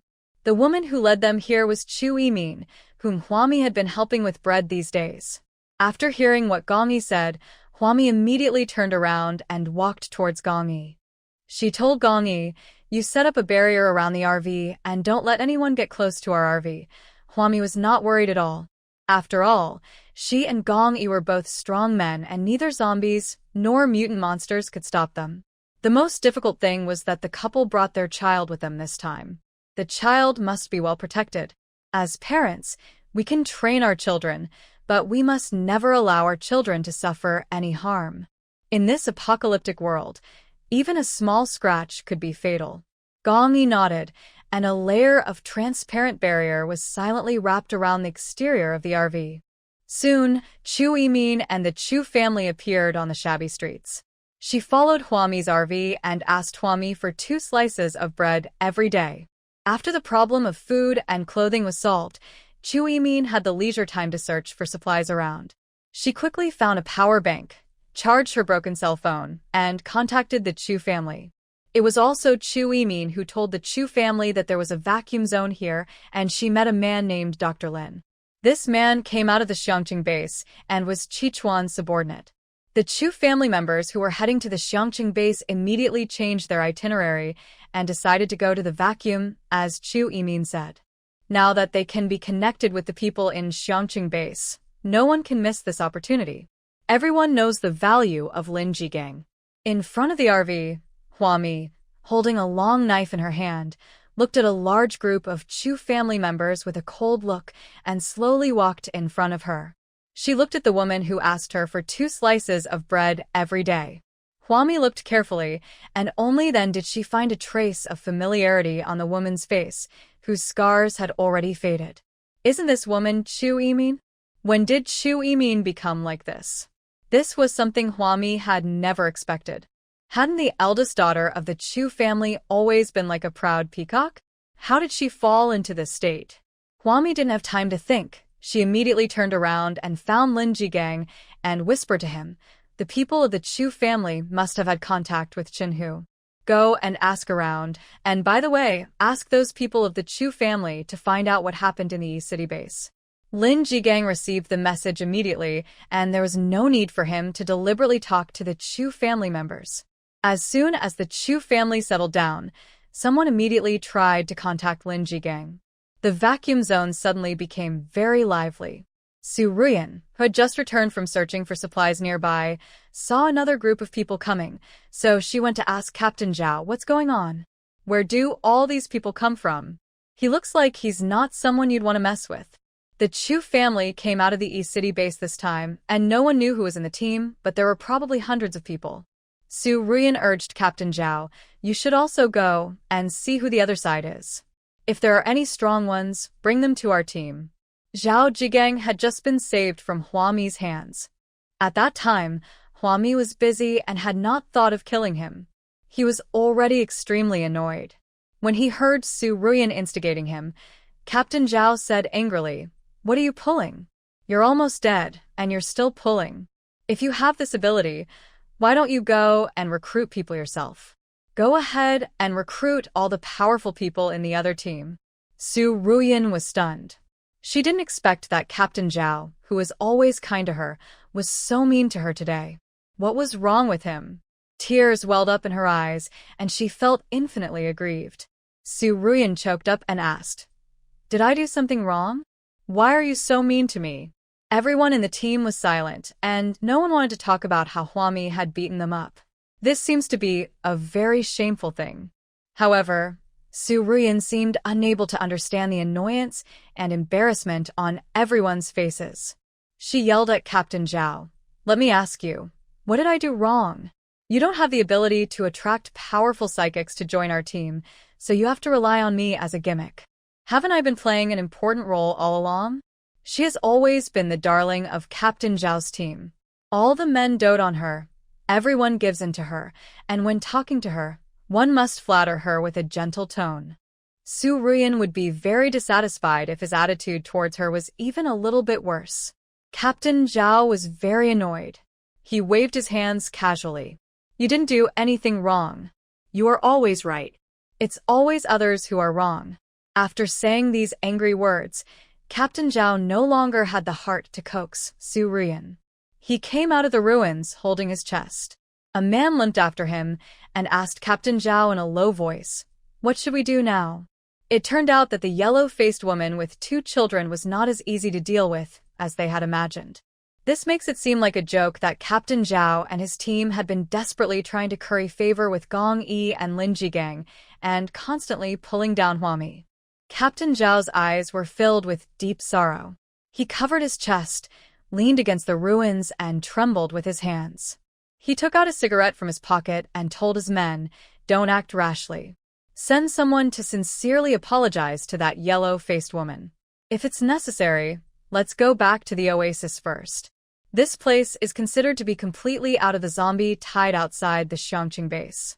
This time they shuttled through the zombie tide and searched for a lot of supplies. The space on Su Ruyan's body was almost full. Continuing to waste time with Gong Yi and Huami would only be a waste of their own time. What's more, Huami now wants to kill them, and if they stay here, the lives of Captain Zhao and his team will be threatened. A moment later, Captain Zhao said, "Su Ruyan's temper is getting worse and worse, and her personality is becoming more and more arrogant. You have to keep an eye on her and don't let her cause any trouble for us, if necessary." Captain Zhao didn't finish his words, but everyone understood that a tool person must have the consciousness of a tool person. The people Captain Zhao sent out to apologize to Huami must have returned empty-handed. Huami is not uncommon to see these people. She had more important things to do now, so after a short meeting with Gong Yi and Lin Jigang, she left in a hurry and began patrolling the nearby streets and alleys. That evening, Captain Zhao gathered the entire team and announced to them that he planned to return to the oasis first.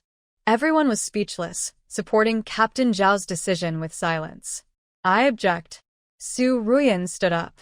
She walked to Captain Zhao's side and said to Captain Zhao, "We have been following that couple for such a long time. I don't agree with them just leaving now. What's more, there's another group of very powerful people coming to this area. Why don't we try to make contact? They have at least 100 people. Look at the people in their team. They are all strong men. If we can attract this team to our oasis will become even bigger." The so-called oasis is just a fixed area built under the wall of Xiangqing base by a team of survivors using cars and tents as cover. Because it is attached to the Xiangqing base, it is much safer than other places in the apocalypse. Now, the largest oasis under the wall of Xiangqing base is the small oasis built by Captain Zhao. There are only about 100 people here, and it is obvious that there are even fewer people in other small oases. Su Ruyan's words made sense. I also observed carefully when I came here. The woman that Hu Yanxiang beat up before was actually Chu Yimin, the eldest daughter of the Chu family. We can try to contact them and tell the Chu family about our advantages. They will naturally assess the situation and join us without any problem. Her words sparked another round of discussion in Captain Zhao's team. No one expected that the humble woman they had despised and looked down upon before was actually the eldest daughter of the Chu family. Needless to say, that team must be the Chu family of the East City base. Just as Captain Zhao was beginning to hesitate, a teammate suddenly coughed. Captain Zhao looked around, and in the dim light of the ruins, he saw his teammates all looking pale and with bruised faces and noses. That was just hit by Huami. Captain Zhao's expression became stern, and he said to Su Ruyan very firmly, "We still have to have some self-knowledge. That yellow-faced woman is not as easy to deal with as we thought. We have to leave here first." Su Ruyan stamped her feet. "Why can't I explain it to you clearly? I told you that we have been following that couple for so long. If we leave now, won't all our efforts be wasted?" Captain Zhao looked at Su Ruyan helplessly. "Don't take it for granted. You can do whatever you want. You also have to think about the safety of our entire team. Do you know why we were beaten like this? It was all because of that yellow-faced woman. She is not as simple as you think. Let's go back first, You have to follow the instructions, however. Before Captain Zhao could finish his words, Su Ruyan sneered. How complicated can it be? At most, he's a little bit better. After being in the apocalypse for so long, even a pig would become agile. The teammates around her wanted to persuade her, but Su Ruyan turned her head away and said stubbornly, I'm not leaving anyway. If you want to leave, you can leave. She was certain that as long as she didn't leave, no one in the entire team would be able to move. After all, this time they came out of the oasis and went deep into the zombie tide, and all the supplies they searched out were on her. Seeing Su Ruyan being so selfish, the whole team looked at Captain Zhao in silence. Captain Zhao frowned and looked at Su Ruyan's stubborn back as she left. This was the first time he discovered that Su Ruyan also had times when she had inconveniences. They placed all their supplies on Su Ruyan, which means that they could only be bound to Su Ruyan. Even when they had different opinions, they had no other choice but to listen to Su Ruyan. After all, no one knew where the supplies they gave to Su Ruyan were. The whole team has worked so hard for such a long time, there is no way they would just leave Su Ruyan here. Not only could they not abandon Su Ruyan, they could only coax Su Ruyan in a gentle manner and ask Su Ruyan to bring the supplies back to the oasis for them. Captain Zhao fell silent. He really didn't want to do anything to Su Ruyan. After all, they had cooperated very happily before. On the other hand, Su Ruyan was also annoyed by Captain Zhao's intention to escape from the battlefield. She was holding a transparent umbrella, standing in the misty drizzle, looking at the Chu family who had settled down in the distance, her face full of thought. No one knows what Su Ruyan is thinking at this moment. Not long after the Chu family settled down, Uncle Chu brought Chu Yimin to Huami and started a warm conversation with Lin Jigang. Ever since the Chu family was attracted here by Chu Yimin, people from the Chu family have been coming here. There were all kinds of people. One talked with Lin Jigang, another talked with Lin Jigang, and the content of their talks was also different. Some would talk about surviving in this zombie tide, while others would secretly inquire and determine where Lin Jigang came from. It was also from the fragmentary words of this group of people that Lin Jigang pieced together the current situation of the East City base. To be precise, there is no East City base anymore. It was because too many people died in the East City base, and those who could escape had already escaped. The people of the Chu family did not suffer any harm because of their abundant resources. In the end times, they used the resources in their hands to recruit a large number of people with special powers. They wanted to negotiate terms with the management of the Xiangqing base, but they naturally could not reveal the terms to Lin Jigang. Lin Jigang was fiddling with a drone in his hands. He looked up at Uncle Chu, who looked energetic and well-maintained, and said, I can't decide anything. If you want to enter Xiangqing base, you can go to the base of the city wall and ask. I am a person who came out of the Xiangqing base. I really don't know whether I will go back in the future. According to the Chu family, this vacuum zone is the last safe place. If they leave the vacuum zone and head towards City E, they don't know what kind of dangers they will encounter. Therefore, Gong Yi and Huami discussed and decided to stay here and not go towards E City anymore. When Chen Hu calls again, Lin Jigang will notify Chen Hu and ask him to come over here to meet Lin Jigang and receive the child. Uncle Chu looked at Lin Jigang with a smile on his face. Dr. Lin is so polite. This skinny camel is bigger than a horse. Although you are here on business compared to those of us who are living in the end times and living from day to day, you still have a lot to rely on. Uncle Chu smiled and suddenly stuffed a handful of crystal cores into Lin Jigang's pocket. He asked tentatively, I heard that the person in charge of material transportation in Xiangqing base is Qi Chuan. Dr. Lin should be Mr. Qi's subordinate, right? You have an endless supply of resources. I wonder if Dr. Lin can sell us some teleportation tickets so that we can fly directly to the base of the Xiangqing base's wall? Or maybe Dr. Lin can give us Mr. Qi's contact information so that we can get in touch with him and talk to him. Uncle Chu had a warm smile on his face and looked like a kind old grandfather, full of harmlessness. If it were a few months ago, Lin Jigang would definitely not be on guard against such a person. However, everything that Lin Jigang encountered after leaving the Xiangqing base gave him a new understanding of the human nature in this world. He smiled and did not make things awkward with Uncle Chu. He just said, I don't have a teleportation ticket. Xiangqing Base strictly controls the issuance of teleportation tickets in order to prevent unnecessary people from flying directly into Xiangqing without permission. There's no way something like a teleportation ticket can become widespread. I'm not familiar with Mr. Qi either. I know Mr. Qi, but Mr. Qi doesn't know me. Ha ha ha. Lin Jigang was telling the truth. Qi Chuan and those who followed Huami in the early days of the apocalypse were all hotshots in the Xiangqing base. What was Lin Jigang? Lin Jigang was just a little doctor at the rescue center who was respected by Ke Minghong. Why should Ikegawa know him? Upon hearing what Lin Jigang said, the smile on Uncle Chu's face faded.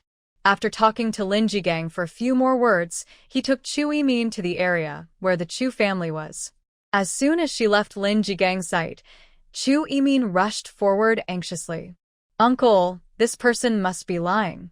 When they came out of the zombie tide, I saw him and the couple, and they never searched for supplies outside. But they always have enough food. I've also seen the interior layout of their RV, and it doesn't look like it's filled with supplies, so they must have a teleportation ticket in their hands. Uncle Chu nodded, his expression solemn. He turned his head to look at Chu Yimin and said with emotion, You have suffered a lot outside, and now you are much calmer. Chu Yimin lowered her head and bit her lower lip. Until now, even though Hu Yanxiang had been dead for so long, she still couldn't escape from the nightmare that Hu Yanxiang gave her. She looked down at her toes, not daring to look anyone in the eye. She even acted a little timid and asked in a low voice, Uncle, where did my brother go? The smile on Uncle Chu's face faded. When we decided to leave, your eldest brother dragged us away unwillingly, so we didn't rely on him anymore and ran out of that monster's lair on our own. If he doesn't run away now, Uncle Chu doesn't know whether he can live to see the sun tomorrow. He didn't understand why, even in such a difficult and dangerous environment, Chu Xian was like a possessed person and refused to leave Yi City. The other members of the Chu family had no choice but to leave him behind and go on their own. After a pause, Uncle Chu seemed to feel that it was too irresponsible for them to do this. After all, the only descendants of the Chu family now are the brother and sister Chu Xiang and Chu Yimin. All the descendants of their older generation of uncles and aunts were wiped out in this apocalypse. I am afraid that it will become difficult to provide for myself in my old age in the future. Abandoning Chu Xiang and leaving the Yi City base alone was also a choice they were forced to make. Chu Yimin lowered her head and said nothing. Looking at her attitude full of fear, humility, and flattery, Uncle Chu sighed.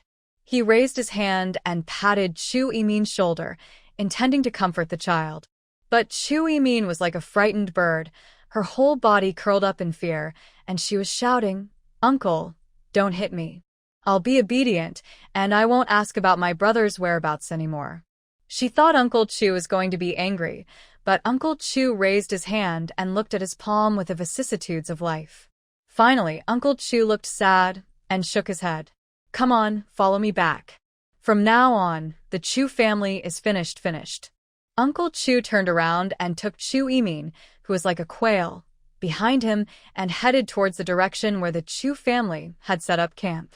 The back figure is desolate. At this time, Huami, holding her long knife, was already at the edge of this vacuum zone, frantically searching for mutant beasts. The drones overhead were buzzing back and forth, and a few mutant beasts were attracted by the sound of the drones. Huami took care of all the people she could kill. After the killing, her garbage truck came out and threw all the mutant beasts' bodies into the garbage station and turned them into energy. This actually saves a lot of trouble for the entire apocalypse. After all, if the mutant beast's corpse is allowed to lie on the ground, rot, and stink, it will pollute the land and cause the plants to mutate. Huami definitely couldn't just watch this happen. She cleaned up some of the bodies she saw, but of course, Huami didn't know how she dealt with the corpses of mutant animals that she didn't see. When she came back from making a big circle near the RV, she happened to meet Su Ruyan in a small alley. Huami glanced at Su Ruyan and was about to pass by her, not wanting to pay any attention to this self-satisfied woman. But seeing that Su Ruyan was looking for trouble and started to repeat the same old tune, she said directly, Don't think that you can surpass me just because you're a little better at fighting. Let me tell you. However, before Su Ruyan could finish her words, Huami swung a long knife and placed the blade directly on Su Ruyan's neck. You don't do your job all day long. You just keep complaining about this and that. Are you going to bring up the encumbrance thing again? Everyone is a burden, but you're not? If you are not a burden, I will chop you up now. Do you have the ability to escape from my hands? Su Ruyan's face changed drastically, but she was not frightened but angry. She yelled at Huami loudly, "Don't you know who I am? I'm the only person with spatial abilities in this entire apocalypse. If you kill me, it will be a loss to the entire apocalypse. My existence is very precious." Huami sneered. She clenched the handle of the long sword in her hand, pressing it against Su Ruyan's snow-white neck. A trace of blood immediately appeared on the neck. Huami's face was full of anger. "Didn't you say I was a burden? Now that burden has a knife on your neck. What do you, the most precious person in the apocalypse, think? How much fighting power can someone like you have? Su Ruyan, you have never thought about one question. That is, since I can follow my husband and 2 children in the zombie tide, shuttle back and forth in such a leisurely manner. So, is it possible that I am more valuable than you?" Su Ruyan didn't say anything. The expression on her face had already begun to distort. Su Ruyan, who was too self-conscious, still couldn't believe that Huami dared to put a knife on her neck. At this moment, she happened to see Captain Zhao and a team of people passing by the alley. So Su Ruyan shouted to Captain Zhao, "Come and save me quickly. This crazy woman actually put a knife on my neck. How dare she put a knife to my neck? Save me, kill her." Captain Zhao's face changed drastically. The supplies for their team were on Su Ruyan. So Captain Zhao immediately ran over with his men, and he shouted angrily at Huami, "Are you going too far? We haven't offended you in any way this time. It's not easy for everyone to survive in the zombie tide." Before he could finish his words, Huami raised the long knife with one hand and placed it on Su Ruyan's neck and slapped Captain Zhao with the other hand. One of Captain Zhao's teeth was knocked out. With a cold face, she said to Captain Zhao and others who were so angry that their faces were red, "I have never had a bad temper, but after I had a child, I wanted to give him a good emotional education, so I became more Buddhist. You didn't offend me. Yes, you didn't come to rob me, nor did you come to kill me openly. But you keep humiliating me with words. Do you think clay figures have no temper? I was just going my own way, but this space ability user in your team had to jump out and call me a burden. Who is the burden? Now tell me who is the burden?" Huami pressed the knife in her hand closer to Su Ruyan's neck. Su Ruyan took a step back in fear, but her body was already leaning against the wall behind her, and she had nowhere to retreat. It seemed that Huami was about to cut off Su Ruyan's neck. Captain Zhao was so anxious that he shouted loudly, "Don't do it, don't do it. Ruyan has our entire team supplies on her. If you kill her, all our efforts will be wasted. Is it easy to travel through the zombie tide? No. It's not easy at all, and they really put in a lot of work. So if Su Ruyan died, all the supplies on her would disappear without a trace." Everyone in Captain Zhao's team was nervous. Some people exchanged glances and slowly approached behind Huami. They wanted to raid Huami, because everyone knows that in this situation, a surprise attack is necessary. Before, Huami rushed into their resting place. Everyone came and went openly, and Huami's skills were indeed good. But what if it's a sneak attack? Maybe the sneak attack would succeed? But Huami seemed to have eyes on her back. "I advise you not to act rashly. After all, I don't know how to control my strength. If you attack me by surprise, I'm not sure if I can just raise my hand, and it will be enough." As she spoke, her knife moved. The blade pressed slightly tighter towards Su Ruyan's neck. Bright red blood flowed out from the wound on Su Ruyan's neck and fell on Hua Mishue's sharp blade. Captain Zhao raised his hands and shouted loudly, "Don't move. Don't move. Everyone, don't attack. Let's talk it out. We can talk about anything." No one in Captain Zhao's team dared to move. The 2 men who were originally planning to launch a sneak attack on Huami took a step back. Captain Zhao's forehead was covered with sweat. He looked at Huami and spoke softly, just like he usually coaxed Su Ruyan. Hey beauty, if you have anything to say, let's talk about it. What do you want? What do you want? You can tell me anything, as long as you release Ruyan. Huami sneered and looked at Su Ruyan. A burden, right? You keep saying I'm a burden. All of you keep saying I'm a burden. Who's the burden now? Her fox eyes showed a lively expression. Huami tilted her head and looked at Captain Zhao and the others. Now all of you kneel down and sing Conquer. Kneel down. Otherwise, I will kill this space ability user in your team. Captain Zhao was stunned. Was Huami asking them to kneel down? They were all grown men who had come through the bloody storms of the apocalypse, and Huami actually asked them to kneel down and sing Conquer to her? This was simply a great humiliation. But Huami's knife moved again. Captain Zhao was startled and quickly knelt on the ground. A good man is one who can bend and stretch. In short, they have been through so much and have been floating in the zombie tide for such a long time. It is impossible for them to fail at this moment. When he knelt, all the teammates behind Captain Zhao immediately knelt on the ground without caring about their dignity. Huami shouted loudly, "Sing quickly." So everyone started singing Conquer just like this. I am conquered by you. Just like this. I am conquered by you amid the singing that was going on one after another. Huami smiled and looked at Su Ruyan, who is a burden. The so-called burden is that the whole team is forced to do something they don't want to do at all just for you. You feel that you have made a great contribution to your team and have been a great help. In fact, your function is not irreplaceable. Think about it yourself. If your teammates weren't doing this for you, would they kneel here and sing Conquer for me?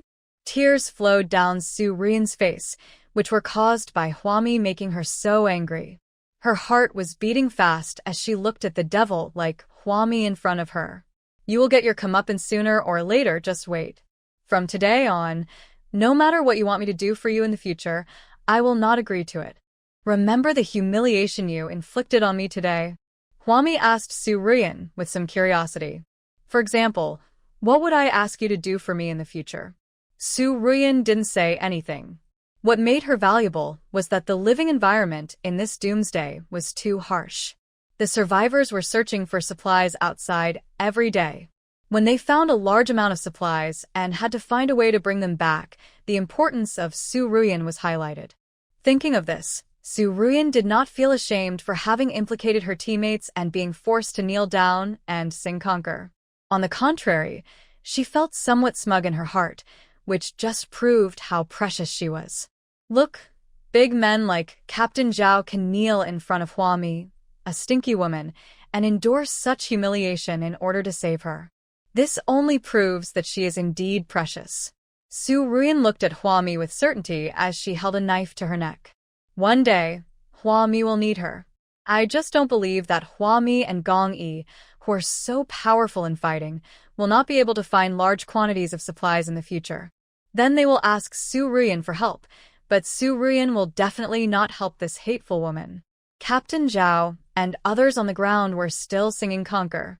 The more they sang, the angrier Captain Zhao became with Su Ruyan. He just didn't understand why Su Ruyan still hadn't seen the situation clearly and was unwilling to say a soft word to Huami.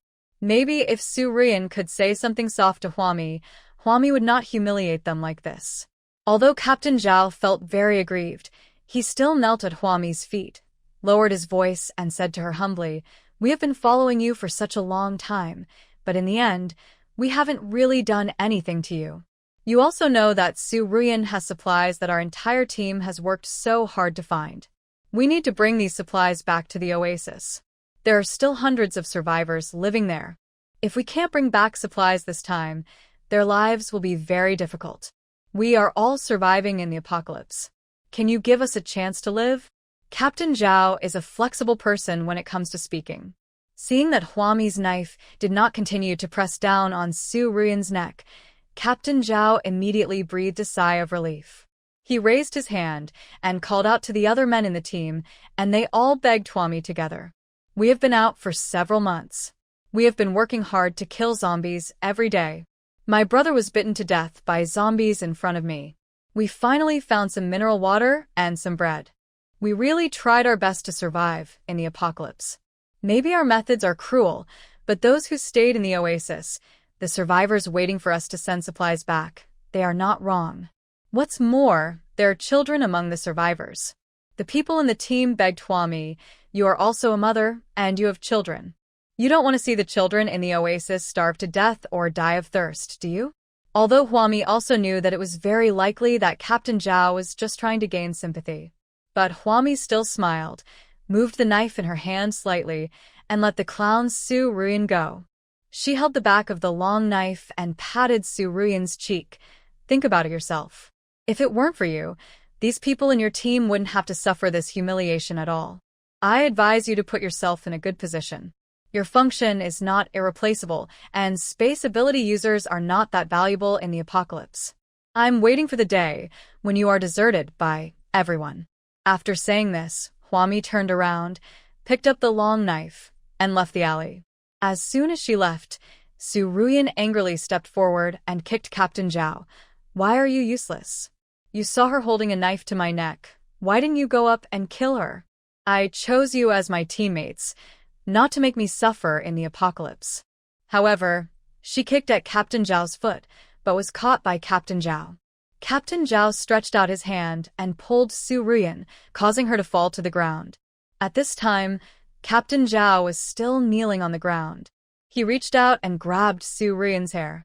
He said to her angrily, I see you didn't take a single word of what that yellow-faced woman said to you to heart. Then I will tell you honestly now. If you didn't have the supplies on you, we wouldn't have to kneel in front of that woman and beg her in a low voice. Just follow us back to the oasis. Empty all your supplies. Next time, you won't have to come out with us to search for supplies. Captain Zhao is a growing character. He soon discovered that in this doomsday, some masters did not actually care about Su Ruyan's spatial ability. At least it's not as they imagined, treating the spatial ability as a treasure and considering it so precious. For example, masters like Hwami and Gong Yi, it was indeed because their team was too superficial before. Just as Hwami said, the function of spatial ability to transport objects is not irreplaceable. On the contrary, if it is said that this space ability user is spoiled, thinks his ability is higher than the sky, and does not take anyone seriously, then it is very likely that a huge disaster will be brought to their team. Just like today, in fact, all of them were kneeling on the ground, and all the humiliation they suffered was caused by Su Ruyan. Hwami didn't kill them today, so they saved their lives. But Su Ruyan didn't think that she had done anything wrong. She looked at Captain Zhao in astonishment, who had a fierce look on his face. Captain Zhao had never treated her so fiercely with such an expression before.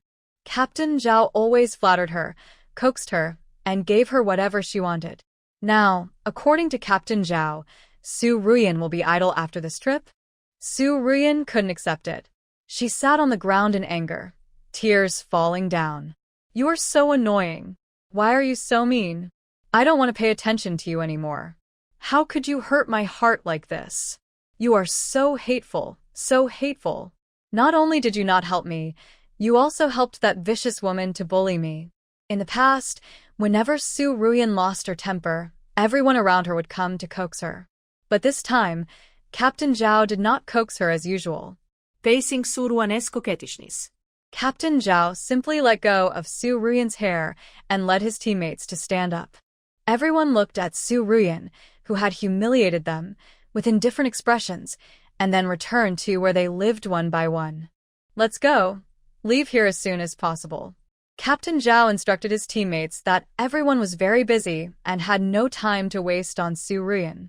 Just outside the area where they live, a large group of zombies are approaching in this direction. Gong Yi in the RV said to Hwami, who had just entered the RV, there is movement over there with the zombie tide. In less than 10 minutes, this place will be submerged by the zombie tide. It seems that they have stayed in this place for too long during this period of time. Coupled with the popularity of the Chu family, it would be strange if they did not alarm the zombie tide. Hwami fearlessly entered the RV, holding a long knife. She threw the long knife into the storage and ran to the bed to tease her brother and sister who were turning over and looking up. She shook the bell and said to Gong Yi, then I guess Captain Zhao, and the people from the Chu family won't be able to leave even if they want to. She just let Captain Zhao and Su Ruyan feel what it means to be implicated. As a result, a zombie tide appeared. Captain Zhao and his men would definitely go crazy. The next moment, Hua Mi was held in Gong Yi's arms.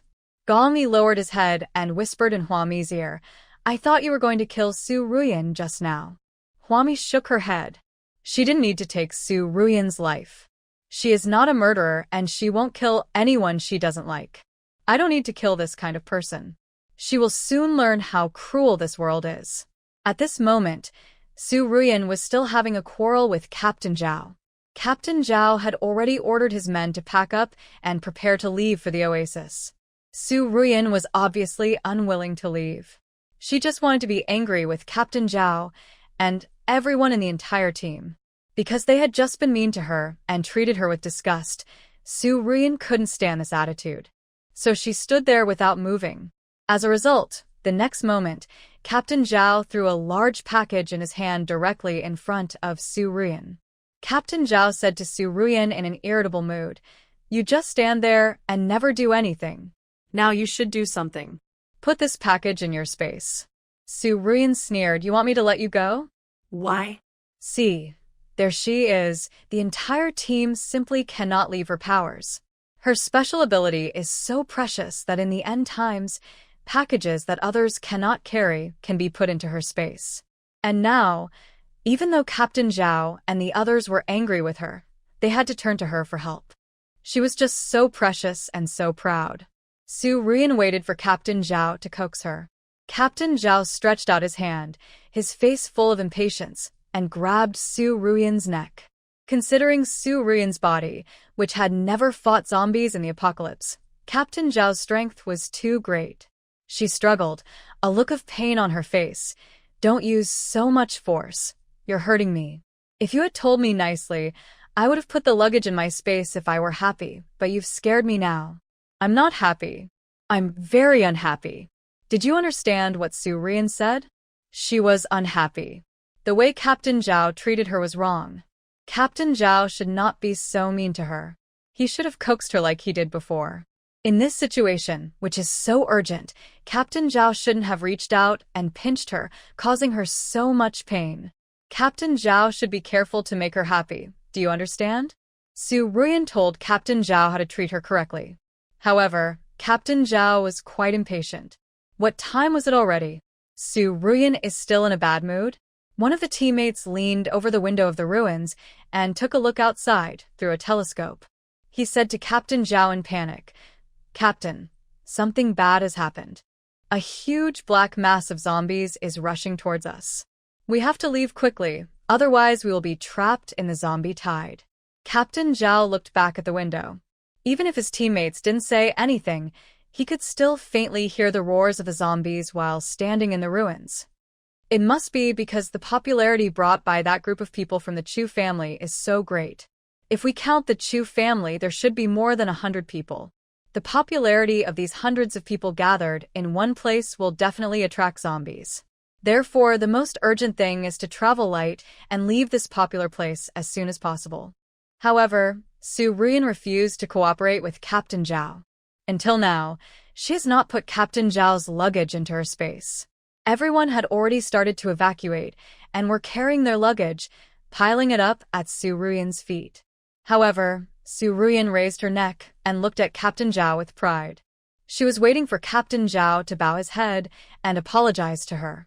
Captain Zhao got anxious and slapped Su Ruyan in the face, causing her to fall onto the pile of luggage. Captain Zhao shouted at Su Ruyan anxiously, "Can you understand the situation? If you can't, I will explain it to you now.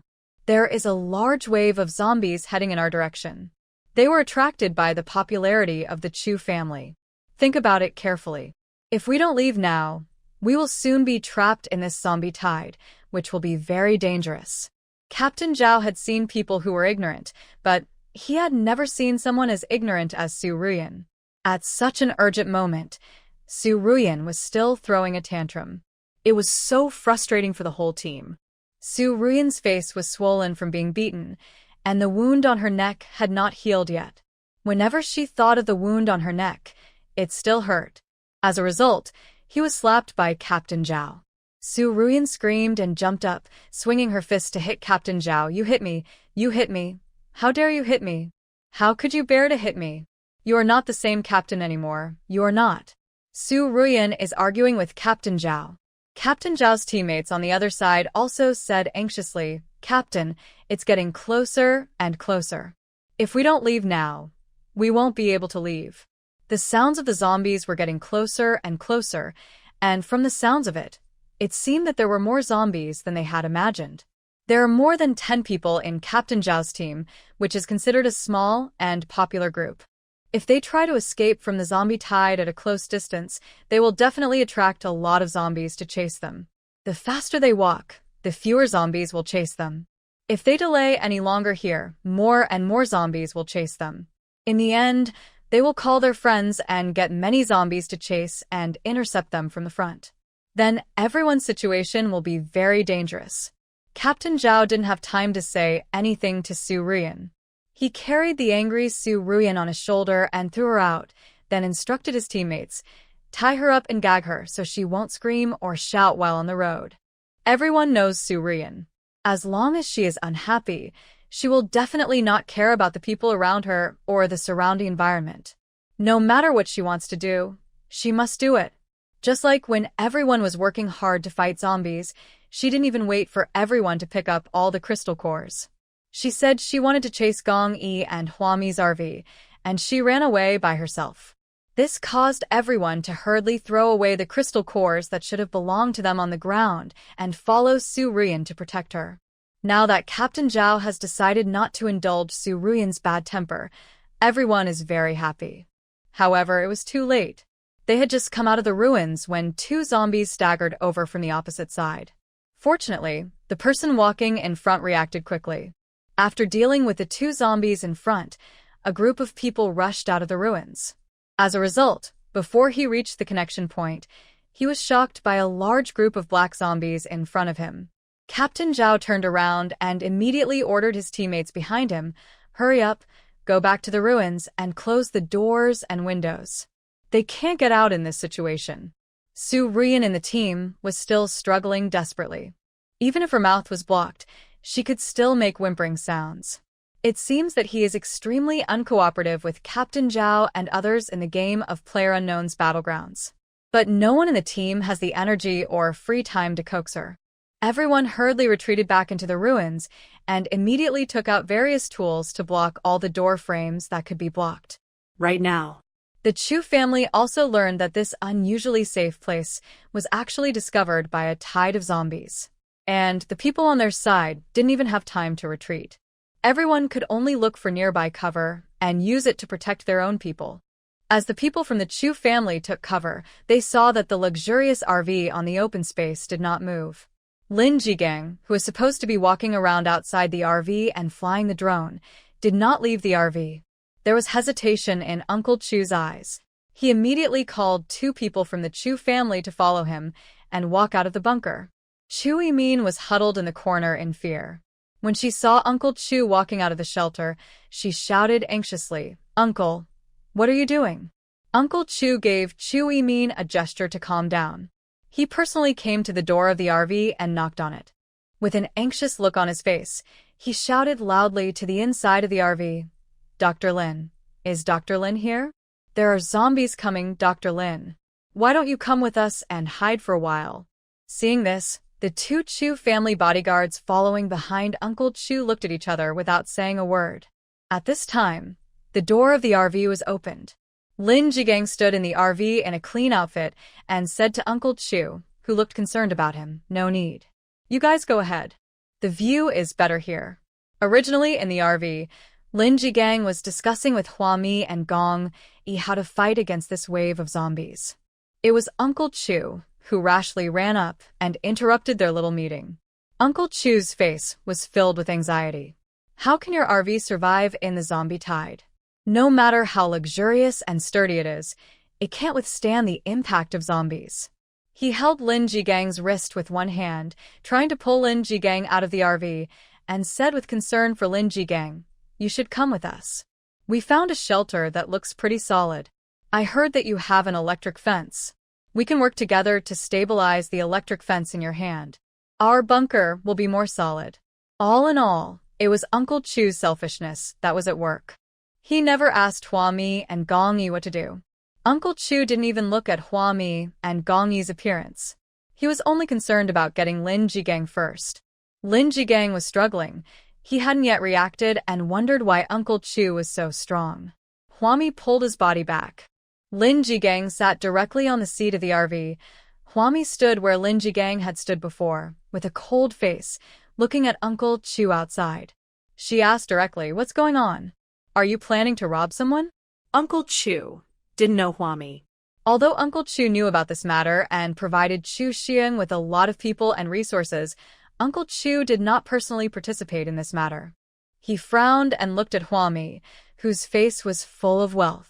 Uncle Chu asked, "I am just worried about Dr. Lin's safety and want to invite Dr. Lin to our bunker. I have no ill intentions." After saying this, Uncle Chu glanced at the brother and sister behind Hua Mi and said sincerely, "It's the same for you. I invite Dr. Lin, and I also invite you and your husband. It must be difficult for the two of you to survive in the apocalypse with a child. Let's go to the bunker together. I have people who can protect you. Dr. Lin also has an electric grid that can make the bunker safer." He changed his mind after seeing Hua Mi appear and invited Hua Mi and Gong Yi by the way. But in fact, anyone can see that the person Uncle Chu really wants is Dr. Lin. Hua Mi sneered and said to Uncle Chu outside, "No need. I still advise you not to think of playing tricks at a time like this. After all, the zombies are here." After she said this, dense swarms of zombies swarmed into the streets. The roar made one's scalp tingle. He immediately took two people from the Chu family and retreated to the shelter. As they were about to quickly enter the bunker, zombies immediately pounced on the abandoned building. The people of the Chu family immediately organized themselves and hacked to death all the zombies that rushed in through the window. Captain Zhao wanted to leave, but was delayed by Su Ruyan, and they were unable to leave the ruins where they were. The zombies also surrounded the ruins where they were, and the people there were struggling to deal with the zombies' attacks. At the same time, what everyone didn't notice was that in the entire zombie tide, there were only no zombies around the RV. All the zombies surrounded the RV, and there was no way they could get closer to it from any angle. Hua Miran was in the RV. After she coaxed the child, she soon felt uncomfortable all over. So she picked up a long knife and walked out of the RV alone to kill the zombies.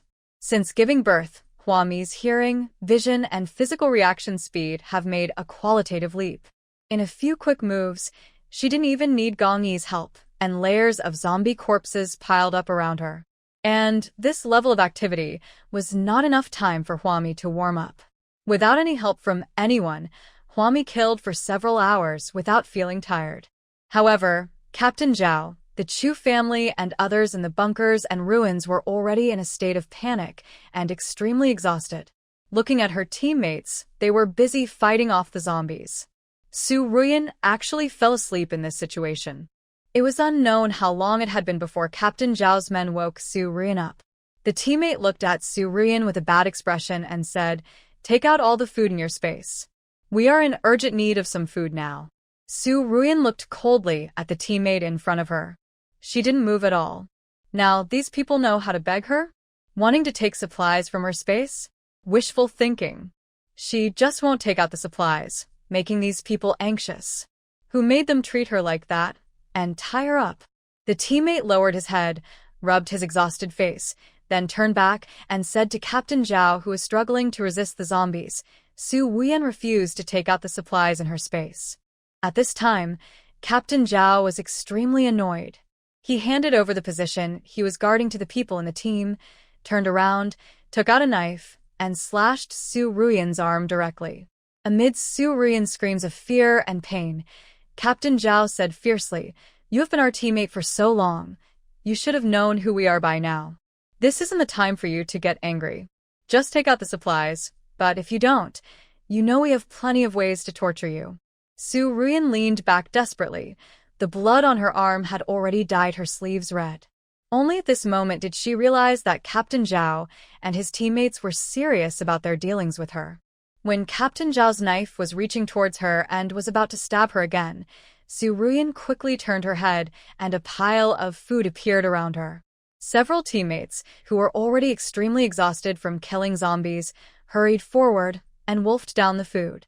Captain Zhao squatted down in front of Su Ruyan, looked at Su Ruyan with tears streaming down her face, and said, "Don't blame me. It's because we treated you so well that you forgot who you are. Don't worry, no matter what, we won't kill you. But from now on, you have to be obedient. We don't want to treat you like this unless we have no choice." She lowered her head, and crying sounds came out of her mouth. At this time, she didn't dare cry loudly, for fear of angering Captain Zhao. Captain Zhao will give her another stab. Seeing Su Ruyan's fearful yet obedient reaction, Captain Zhao felt very satisfied. He stood up with the knife in hand, and his teammates beside him asked him in a low voice, "Do you want to apply some medicine to Su Ruyan's arm?" Captain Zhao waved his hand indifferently. Who hasn't been injured in the apocalypse? What kind of medicine do you need for such a minor injury? Just leave it there. She's not fighting zombies, and she doesn't need to exert much effort. The wound will stop bleeding on its own in a short while. We don't need to waste medicine on this. This has always been Captain Zhao's true thought in his heart. In the past, Su Ruyan was very delicate. Even if she had a small cut on her body, she would take out medicine to disinfect and apply ointment.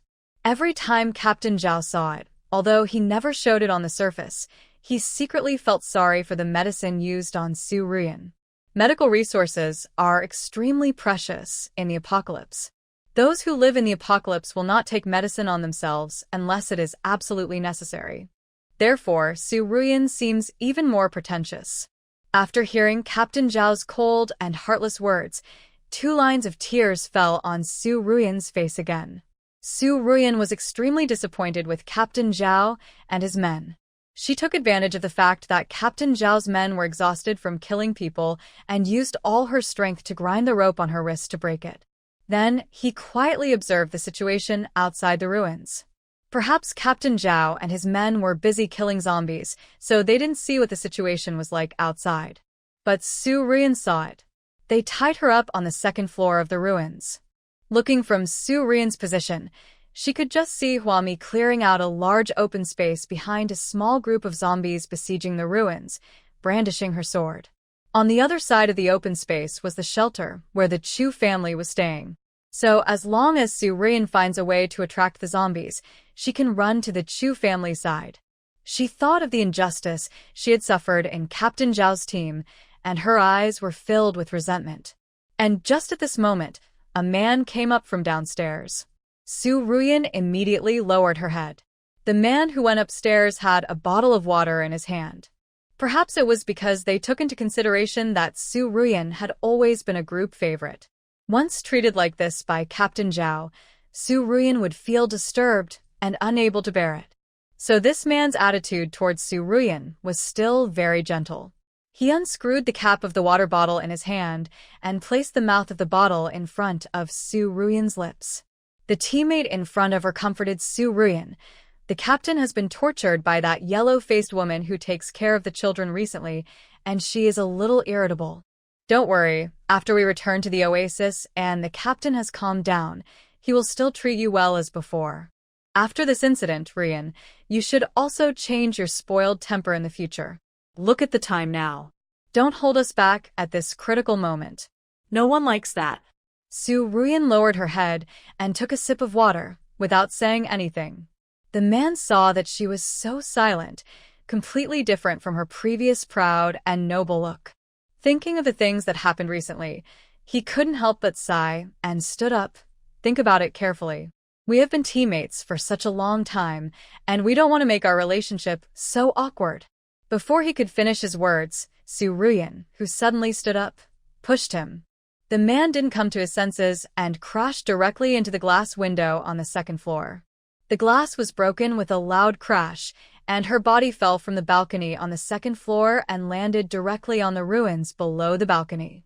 The ruins were very high, and in an instant, all the zombies nearby were attracted by this man. The zombies roared and came around the man.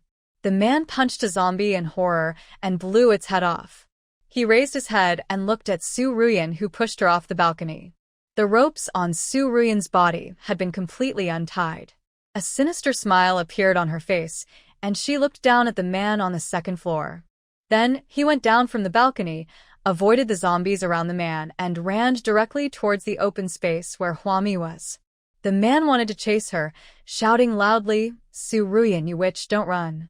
But then a zombie caught up with him and bit him. The man turned around and punched the zombie that bit him. The next moment, his shoulder was bitten by the zombie that pounced on him.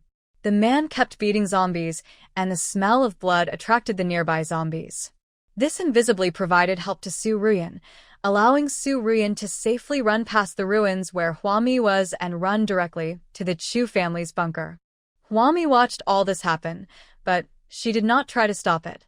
For Huami, what happened to Su Ruyan had nothing to do with her.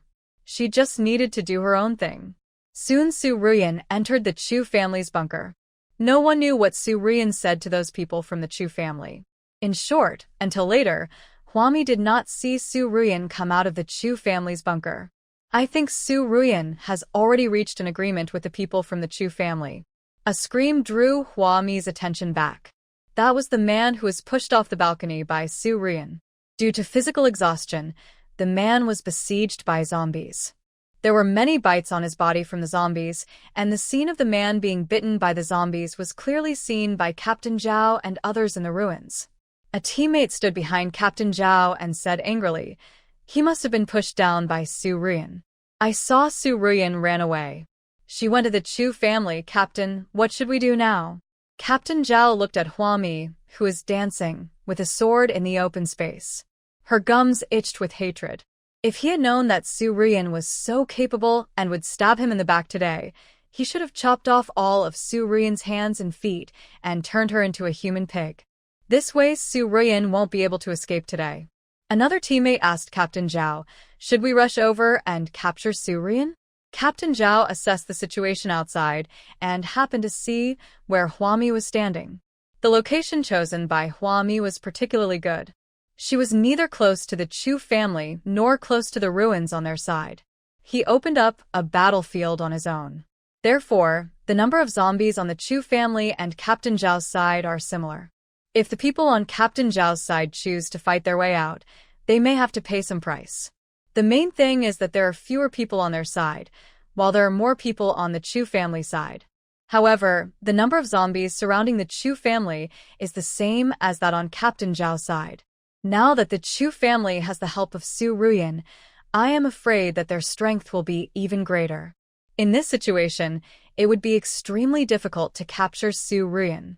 But in Su Ruyan's space, there were also supplies that their team had worked hard to collect for several months. Captain Zhao felt unwilling to give up just like that for no reason. He thought about it and turned his attention back to Huami. So Captain Zhao ran up to the second floor, stood by the windowsill, and waved at Huami. Under his feet were the howling zombies. Hello, can you do me a favor? Can you help us kill some of the zombies outside? I have something to do across the street." Huami swung a long knife and chopped down 4 or 5 zombies in front of her. She turned around and looked in the direction of Captain Zhao, but ignored him. She just stuck the long knife into the ground, looking very comfortable with it. Captain Zhao said hurriedly, "Please help me. I'm begging you. The space ability user in our team has run to the Chu family. I hope to find her back now." As he shouted, Captain Zhao couldn't help but feel a little resentful towards Huami in his heart. She was obviously so capable, yet she watched Su Ruyan run past her. With Huami's ability, she could easily take down Su Ruyan. But Huami didn't do that. This made Captain Zhao quite angry. But he couldn't beat Huami. In this situation, Captain Zhao couldn't even rush out of the bunker and could only look at Huami with a fawning look on his face. Huami remained indifferent.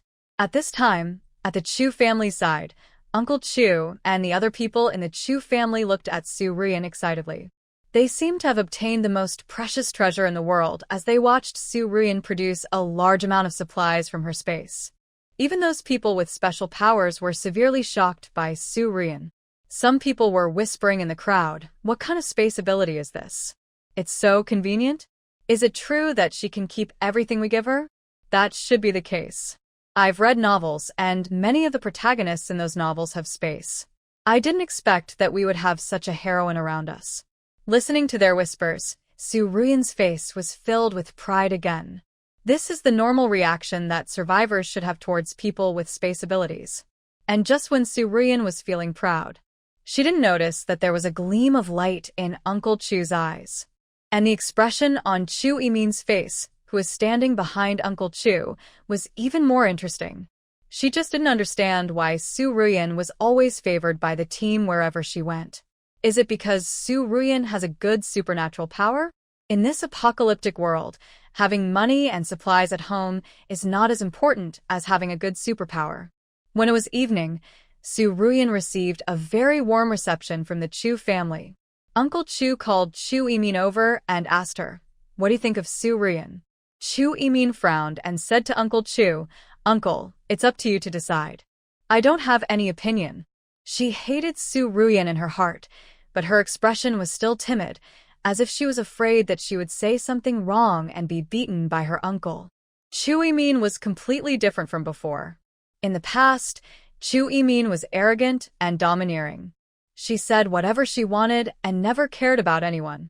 Uncle Chu sighed, raised his hand and patted Chu Yimin on the shoulder. "Uncle still hopes that you can regain your old personality. We in the Chu family have never been afraid of anything.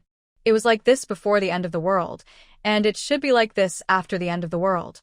Before the end of the world, the Chu family and Chun, whose family were the same, just like local tyrants in the city. Such a family gives them enough pride. Uncle Chu said in a low voice, "If we want to preserve the glory of our Chu family, we have to be more thoughtful in this world." Uncle asks you again, "Do you think Su Ruyan is useful?" Chu Yimin finally nodded slowly. Ever since she escaped death from Hu Yanxiang's hands, her reactions have not been as quick as before. My thinking seemed to be stagnant, and I had to think about one thing for a very long time. Chu Yimin found it difficult to understand what Uncle Chu said to her. But she nodded anyway. Then I heard Uncle Chu say to Chu Yimin earnestly, "You are the only child left in our Chu family. You better watch and see what your uncle does in a while." That Chu Xiang had lost contact with them for a long time. No one knew where Chu Xiang was doing. If nothing unexpected happened, Chu Xiang might have died in that pile of monsters. So Uncle Chu now concedes that the Chu family now only has Chu Yimin as its bloodline. Chu Yimin looked at Uncle Chu with a dull expression. Uncle Chu raised his hand and called a bodyguard. He asked the bodyguard to turn his ear over and gave him a few instructions. The bodyguard showed some hesitation on his face, but finally nodded. In the center of the bunker, Su Ruyan, surrounded by everyone, was enjoying the feeling of being the center of attention. She looked with a smile at Chu Yimin, who was standing on the edge of the crowd, and Su Ruyan's face showed her usual smug and proud expression. So, Chu Yimin is the eldest daughter of the Chu family, so what? Su Ruyan and Captain Zhao had watched Chu Yimin being bullied by Hu Yanxiang and others, but they never offered a helping hand. So what? In the end, the people of their Chu family still valued Su Ruyan. "By the way, if you have any supplies, you can give them to me and I can help you carry them." Su Ruyan said to the people around her with a proud look on her face that she was waiting for the men to quickly take out their supplies so that she could store them in the space. As a result, the men around him did not move. Su Ruyan had not yet realized the change in the environment. She still spoke to those men in a proud tone. "I can't put all the supplies for everyone. I already have some supplies in my space, and there's not much room left to put things. You're on a first-come, first-served basis. Once my space is full, the remaining people's supplies will have to queue up." Before, Su Ruyan followed Captain Zhao's team. They had actually been in the zombie tide for several months. In Su Ruyan's space, there are not only the personal belongings of Captain Zhao and his companions, but also the supplies they found in the zombie tide and are going to bring back to the survivors of the oasis. So Su Ruyan could only feel heartbroken and give up Hua Mi's big RV. So the remaining space for Su Ruyan is already less than that of an RV. For a large Chu family team of 100 people, this space is certainly not enough. However, no one from the Chu family came forward and rushed to hand over their supplies to Su Ruyan. Su Ruyan waited for a while, and a hint of embarrassment slowly appeared on her face. She thought that she had not expressed herself clearly and that the people of the Chu family did not understand. So she continued, I still have a little space. If you want to bring supplies, you must give them to me as soon as possible. Still no one from the Chu family came forward, and some even raised questions. We gave you the supplies and asked you to put them in your space. So, when will you return them to us? This time when they came out of City E, Uncle Chu took them to a small market. In that small market, there are still many supplies from before the end of the world. So, each of them filled their backpacks with supplies. The supplies in this backpack are the basis for them to survive in the apocalypse. If they rashly gave it to Su Ruyan, these people would feel very insecure. Su Ruyan looked at the man who raised the question with contempt. She remembered the man's face. If he asked her to bring supplies, she would definitely not agree. If you need anything, come to me. But don't ask me for supplies when I'm asleep. I don't like being disturbed when I'm sleeping. Also, don't ask me for supplies while I'm doing my personal stuff. She is a woman, and women are inherently much more troublesome than men. They have to dress up, wear clean clothes, and eat, drink, defecate, and urinate. Each of these is very important to Su Ruyan. She didn't want anyone to come up to her and ask her to get supplies for them while she was changing clothes or going to the bathroom. The men around Su Ruyan whispered for a while, and then fell silent. And Su Ruyan continued to stand there waiting. She was waiting for those men to flatter her, say nice things to her, beg her with a fawning look on their faces, and put their supplies into her space. But she waited for a long time. Just when Su Ruyan was getting impatient, a man stood up and said to Su Ruyan, Is that so? Doesn't that mean we're giving you the supplies? You can give them to us whenever you want? As soon as she said this, Su Ruyan's face changed, and she felt a strong sense of rudeness. The discussion around them was even louder. Su Ruyan could hear clearly that the men around her were all saying, Do you think we are all stupid? Giving you the supplies, but we can't see or touch them. How insecure it is. Supplies are so important now. If we need something, we have to see if you are in a good mood. If you are not in a good mood, don't we have to coax you and make you feel better before we can get the supplies we want? That won't work. If I can't get the supplies I need, it's either convenient or a huge inconvenience. Then if I give you very important supplies, wouldn't I have to hold you and coax you even more? Since it is so important to us that we have to coax you to get it, why should I give you the important supplies? Why don't I carry the important supplies myself? On this point, the men started a deeper discussion.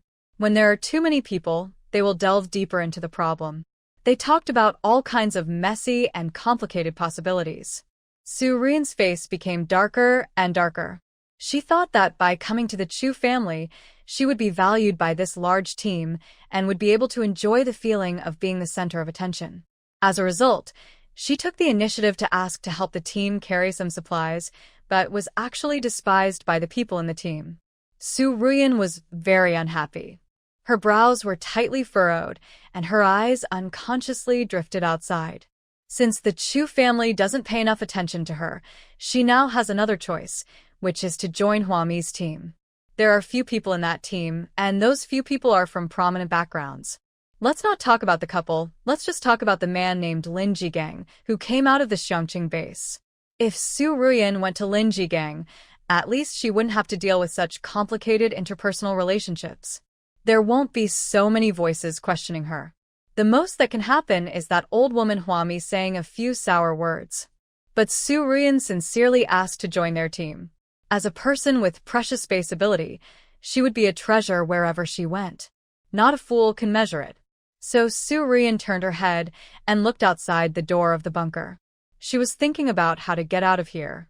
At this time, a calm and experienced voice was heard. No need to look, there are the same number of zombies outside as there are outside Captain Zhao. And no one here will attract zombies for you and let you escape from here. All the men in the bunker fell silent. Su Ruyan looked unhappy. She looked at Uncle Chu who said this and said unhappily, What do you mean by that? It makes her sound like a two-faced person. Uncle Chu walked slowly towards Su Ruyan, followed by Chu Yimin, who lowered his head, said nothing, and had a face full of fear and caution. I saw Uncle Chu standing in front of Su Ruyan. He looked at Su Ruyan carefully, with a serious scrutiny in his eyes. It's like looking at the value of a product.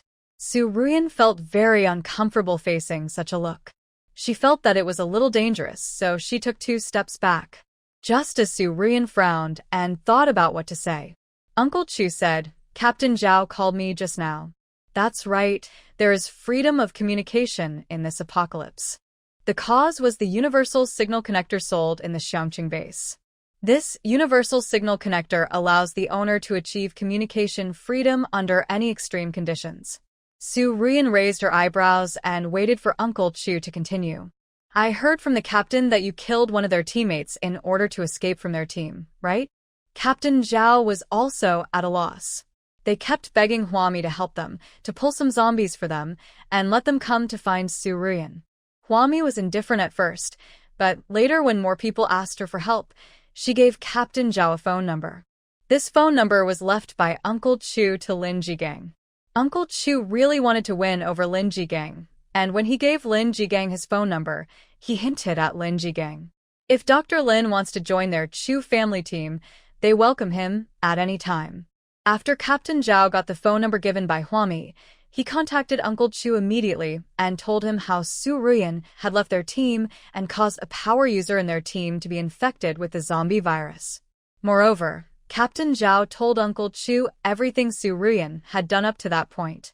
Captain Zhao's meaning was very simple. A treacherous woman like Su Ruyan should not be let off easily. Even if in the end, they could not get back the supplies belonging to their team, it would be impossible for Su Ruyan to continue to thrive in the Chu family. Su Ruyan frowned and said, "How can he say that it was my fault? He is a person with superpowers. Isn't it easy for him to deal with a few zombies? Now he was bitten to death by zombies because of his lack of strength. This can only mean that he was useless." When Su Ruyan pushed the man off the second-floor balcony, she didn't think too much about it. She just thought that this man was a person with special powers, so she asked this man to hold back the zombies on the road for her so that she could run to the Chu family smoothly. There happened to be a loophole in the zombie circle surrounding the Chu family, so she came in directly. During the whole process, Su Ruyan never thought about what would happen to the teammate she pushed down. It was such a selfish thought that shocked the men in the Chu family. What's going on? This isn't a game. Now it is the end of the world, and everyone only has one life. How can they allow someone like Su Ruyan to join their team and carry supplies for them? It's like placing a time bomb next to you. If he wasn't careful, all the supplies that supported his life would be blown up. One man spoke directly. "You want us to put the important supplies in your space now. Are you trying to replicate the trick you used against Captain Zhao and set a trap for us? Who knows if you will take our supplies, push us into the zombie pile, and run away without a trace? Who would want someone as disloyal and unrighteous as you?" Everyone's accusations came towards Su Ruyan like a tide. Su Ruyan's face turned red with anger. She stamped her feet. "I wanted to help you carry the supplies with good intentions, but you treated me like this. I can't stay here, so I'm leaving." Uncle Chu asked her, "How are you leaving? There are zombies everywhere outside. How can you, a woman with no power, get out?" His words made Su Ruyan stutter. Su Ruyan began to think, and was thinking about how to get out of the Chu family at this time. Uncle Chu winked at a bodyguard beside him. The bodyguard immediately understood, stepped forward and grabbed Su Ruyan's arm, and said in a rough voice, "Please give us all the supplies of Captain Zhao and the others, and we will see if there is anything to eat. These people are simply bandits." Su Ruyan stared at the bodyguard in front of her with wide eyes in astonishment. She struggled and shouted, "How could you do this to me? Don't be so rude to me. Talk to me nicely. We can cooperate well, then we can. If we can't, I will find a way to leave." There was no way she would hand over Captain Zhao's supplies. She is not going to team up with Captain Zhao and the others, so she can keep these supplies. They will be the foundation of her life in the future. "I told you you can't leave now." Uncle Chu stood in front of Su Ruyan, and another man in the team stepped forward and grabbed Su Ruyan's other arm. I also heard Uncle Chu say, "We don't know how long we will be trapped here, or whether more zombies will come. We have a large family and a large population with plenty of food. Take out all the edible materials in your space first. Don't make me say this for the third time. Chu Yimin stood behind Uncle Chu and trembled with fear. When she looked at Su Ruyan, it was as if she saw herself in the past. Seeing the look of fear on Su Ruyan's face, Chu Yimin had experienced such a situation before. A weak woman is helpless when facing a strong man. Being grabbed by two men on both sides, Su Ruyan screamed desperately. Let go. Let go. You're hurting me. You're hurting my wound. This wound was caused by Captain Zhao in order to force supplies out of Su Ruyan. The wound had not been healed to begin with, and now someone was holding it so tightly. She was in pain. Couldn't these men see it? No one at the scene pitied her. Uncle Chu took another step closer and gently raised a finger. Then a bodyguard of the Chu family came forward and slapped Su Ruyan twice. Su Ruyan wanted to curse again, but the bodyguard continued to slap her. Finally, Su Ruyan couldn't stand the beating anymore. She yelled at Chu Yimin, "Are you just going to watch these men bully me like this? Aren't you a woman too?" Feeling aggrieved, she completely forgot that she was completely indifferent when seeing Chu Yimin being tortured by Hu Yanxiang. Chu Yimin lowered her head like a quail, hiding behind Uncle Chu and not daring to speak. Chu Yimin has been immersed in the memories of the time when she was subjected to inhuman torture. At that time, she fell into Hu Yanxiang's hands and could not escape no matter how hard she wanted to. Chu Yimin was so frightened and scared at that time that no one let her go.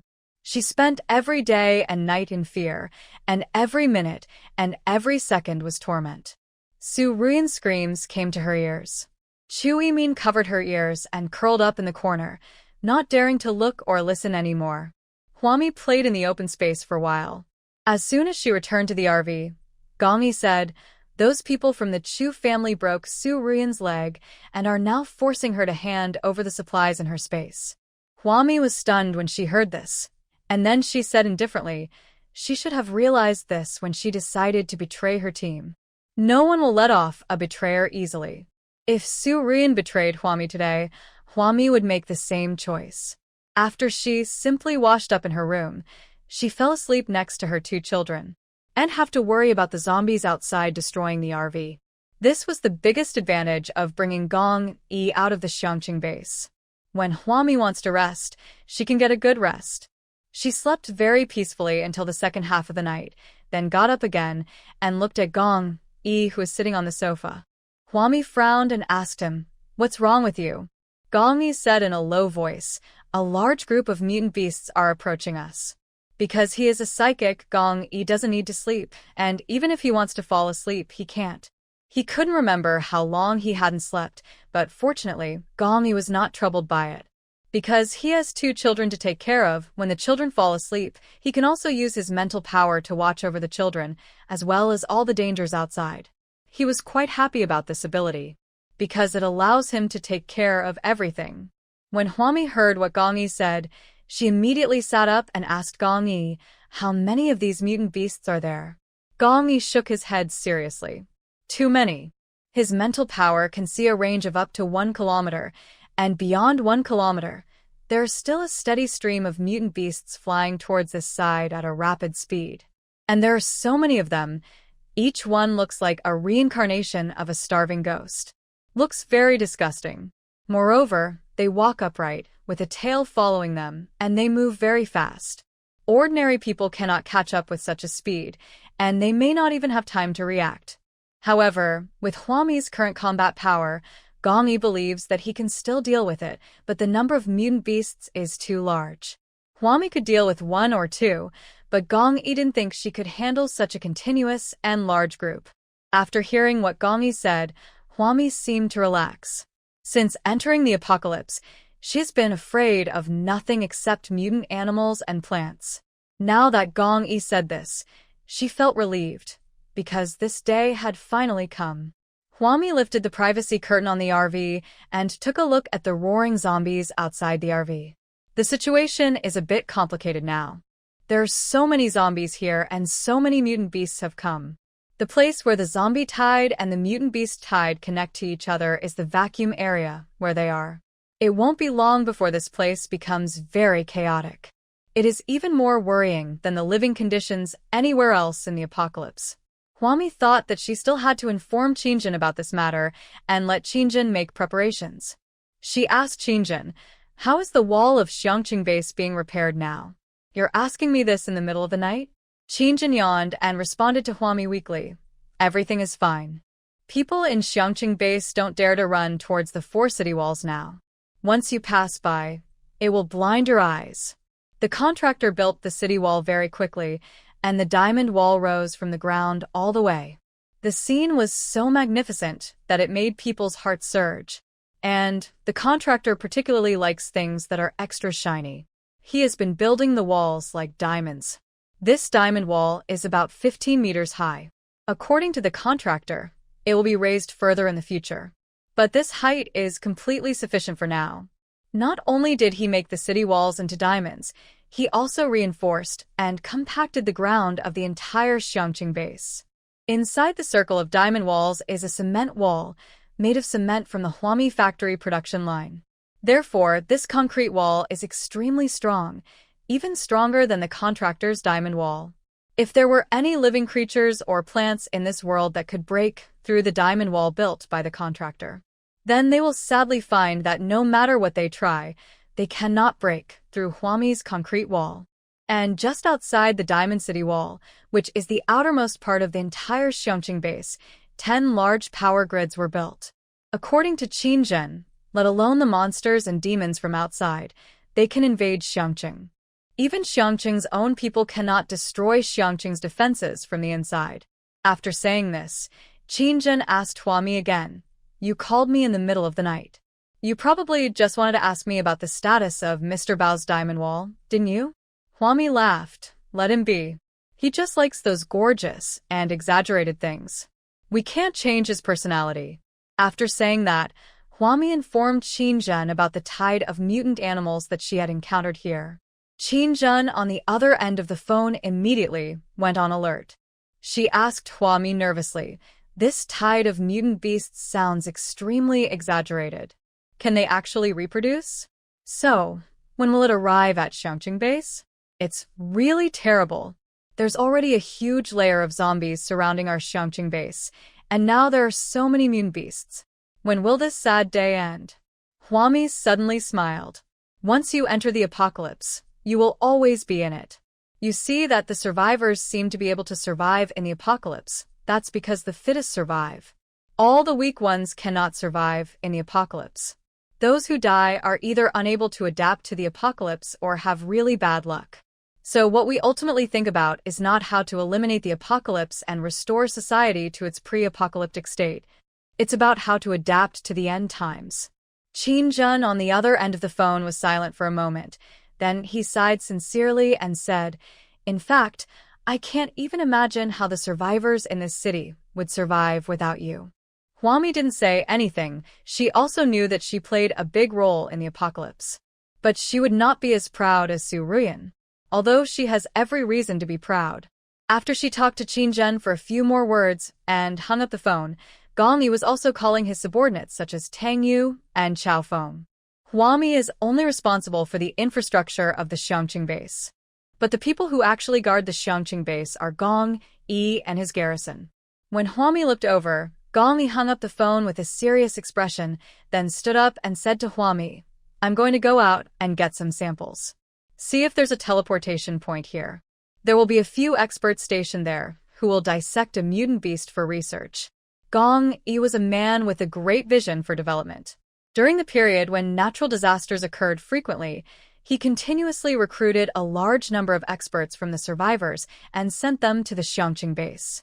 Everyone used to say that there were many medical experts in City F.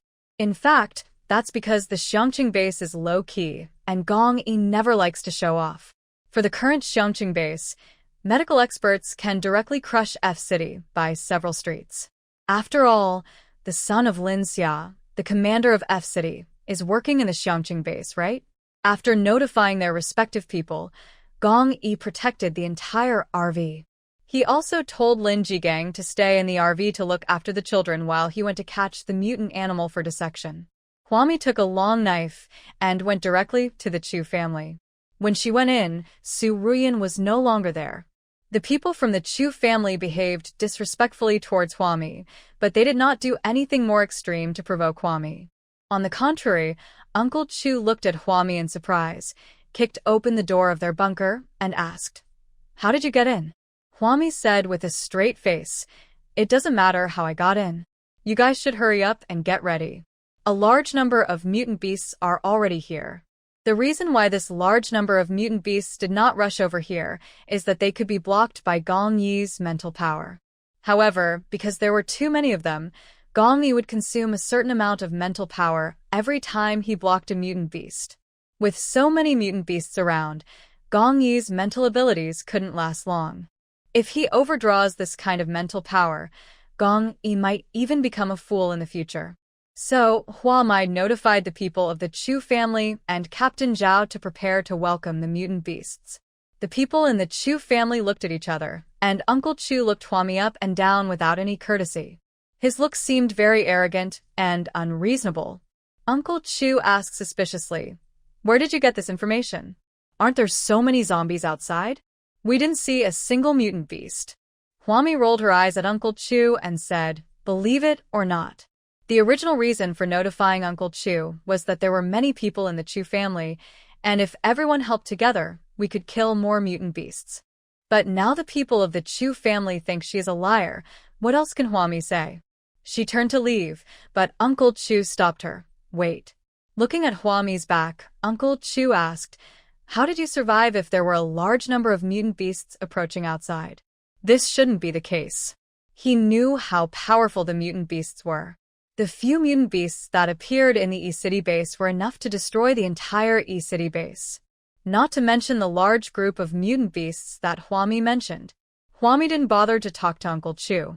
She just opened the door and walked out. There was not a single zombie outside. They were all cleared away before Huami came in. Uncle Chu chased to the door and said to Huami, "How about this? I will trust you for once.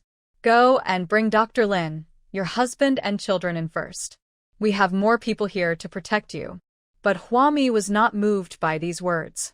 She went straight out of the door and rushed towards Captain Zhao with a long knife in hand. Uncle Chu looked at her back, his heart filled with anger. He thought Huami found an excuse and ran to them just to get them to take her in. Just like when Su Ruyan ran over. In the end, Huami left without even looking back. What did this mean? Did he want them to run out of the shelter and beg him back? Uncle Chu couldn't figure out the key to this, and then he saw Huami brandishing a knife and killing Captain Zhao. Soon, her figure disappeared into the zombie tide. Huami then entered the ruins where Captain Zhao was. Uncle Chu narrowed his eyes for a while. This woman had a plump figure and a fair face. I didn't expect that she was quite good at chopping zombies with a knife. Uncle Chu immediately turned around and found Chu Yimin.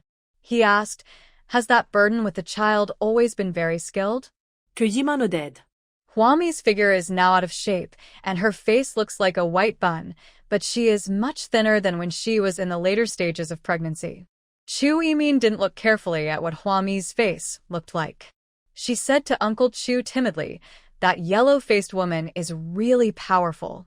When I followed them, I saw that most of the time, it was that yellow-faced woman who was fighting the zombies." Dr. Lin was repairing the power grid, but her husband disappeared. Uncle Chu nodded in understanding. "If that's the case, then if she joins us again, we'll agree. Even in this team of more than 100 people, no one can come and go freely in the zombie tide like Huami." Uncle Chu saw clearly that Huami, such a powerful woman, was more useful than Su Ruyan, a useless woman. I also heard Chu Yimin say, in fact, her man is more capable than her. He just doesn't go out in the RV often. Uncle Chu's eyes lit up after hearing this. What the world lacks most now is people with strong fighting ability, right? He immediately summoned his bodyguards and sent 2 people out to the RV to invite Gong Yi over. Chu Yimin followed behind Uncle Chu and asked, "Uncle, are we going to guard this bunker tightly?" Uncle Chu shook his head and said yes. "Don't listen to that woman's nonsense. Do you know how fast those mutant beasts are? When your uncle came out of the East City base, he brought more than 200 people with him. Now there are only 100 people left. Now, it has been about an hour since that woman said that a tide of mutant beasts had appeared. Do you know how far those mutant beasts can run in just an hour?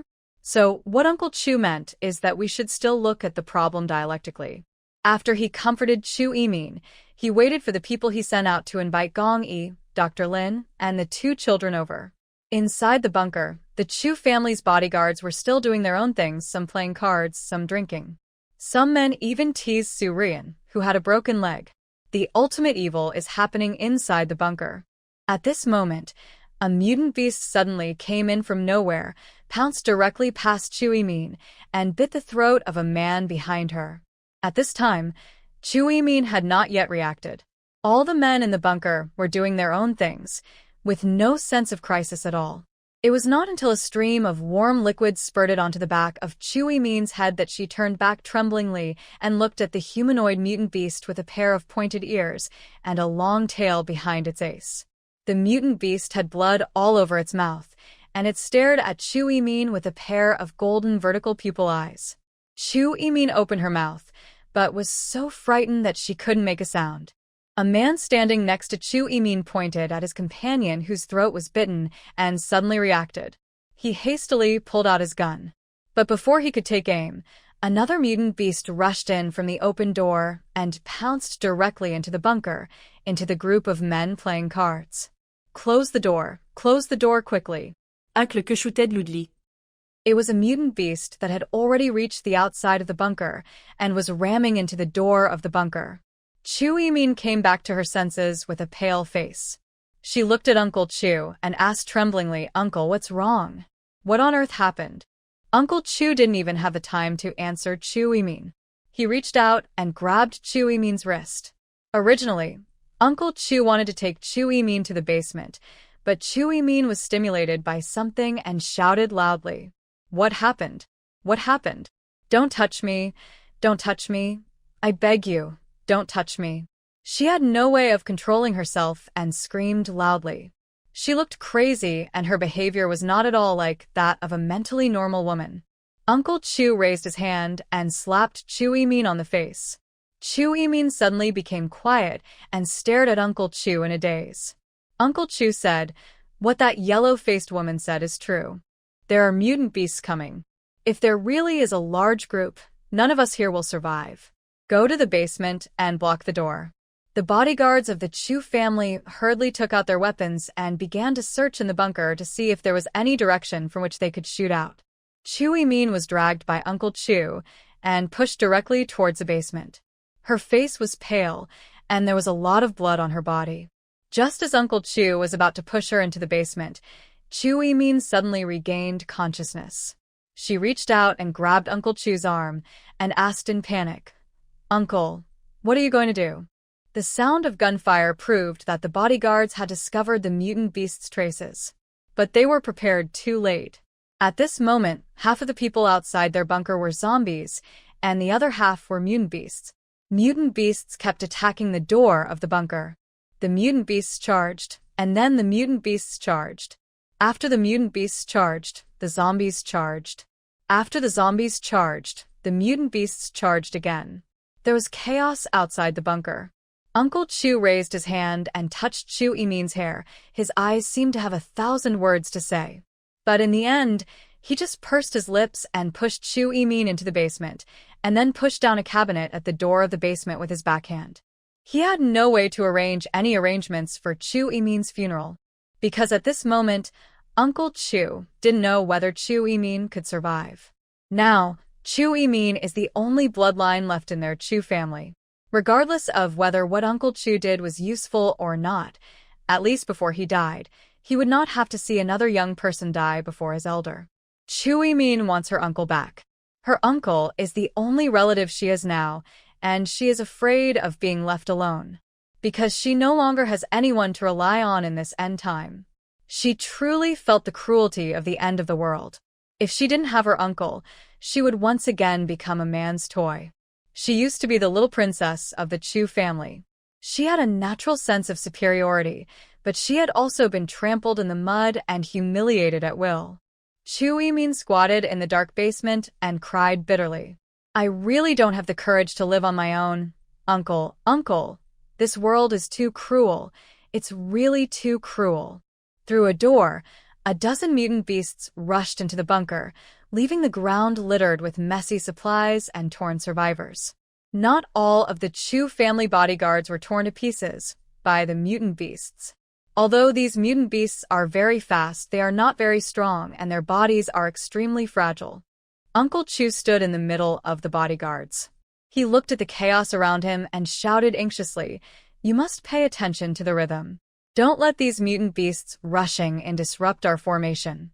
Think about it carefully. We also fought our way out of E-City. We have experience in dealing with these mutant beasts." But it was too late for him to say this, because no one was prepared before these mutant beasts rushed in. Although Huami had already come to remind them once that there would be a tide of mutant beasts coming. But no one paid attention to this, which led to a lot of deaths at the beginning. By the time everyone was hurriedly getting ready under the leadership of Uncle Chu, there were only about 50 members of the Chu family left in the bunker.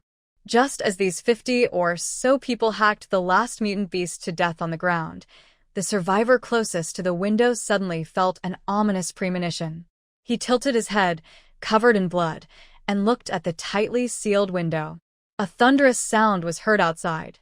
Before the survivors could react, the window was broken. Countless zombies piled up outside the window and swarmed in like a flood. Everyone screamed in fear. They had just killed a dozen mutant beasts, but half of their men were already lost. Before this, none of them remembered that they were currently surrounded by a tide of zombies. The result is that zombies keep squeezing in through the windows. These bodyguards of the Chu family hurriedly began to deal with the zombies. There were so many zombies that many of the Chu family bodyguards were bitten by zombies. A bodyguard covered in blood ran to Uncle Chu and shouted, "What should we do now? What should we do?" What could Uncle Chu do? He looked ashen as death, looking at the panicked bodyguards in front of him, and finally made up his mind and said, "You guys go. Each of you go your own way. If anyone can survive, don't worry about me. If everyone is unlucky and dies, we can keep you company in the underworld." When he said this, he was already prepared to die. The bodyguard standing in front of him stared with tears in his eyes. He looked back at the zombies in the bunker, then looked at Uncle Chu and cried, "I'm sorry. Thank you for taking care of me since the end of the world. Please take care of yourself." After saying that, the bodyguard turned around and left, calling a few people to rush out the door together. Uncle Chu stood behind these people and watched them bravely fight their way out of the encirclement, but he did not move, because he knew he couldn't leave. At his age, if he follows these people to fight together, he will probably become a burden to them. Uncle Chu suddenly laughed at himself. He felt that it was unbelievable that he had turned into a good man when he was dying. He has never been a good person. Who could climb to his position? What kind of evil has he not done in his life? Even when facing his own bodyguards who were torturing Su Ruyan, Uncle Chu seemed indifferent. Retribution. Uncle Chu put his hands behind his back, as if he had returned to the time before the end of the world, strolled around, and turned around. He shook his head and sang an opera. When Uncle Chu passed by Su Ruyan's room, he saw that Su Ruyan was still tied to the bed. Perhaps realizing that the room was full of zombies, Su Ruyan glared at Uncle Chu, who was passing by. Let me go quickly. The zombies are coming. Just let me go." Uncle Chu gave her a contemptuous smile. "If I let you go, where can you go? What can you do to change your current situation? Can you survive?" After saying that, Uncle Chu actually strode into Su Ruyan's room. He sat down beside Su Ruyan's bed, still sighing, "I really didn't expect that I would die with you in the end." The disdain in his tone made Su Ruyan feel that Uncle Chu was a really bad person. It can be said that Uncle Chu's attitude towards her was full of sarcasm and contempt. Why did he look at her as if she were a burden? Who was Uncle Chu? How could he be so sarcastic and contemptuous of her, a space-age psychic?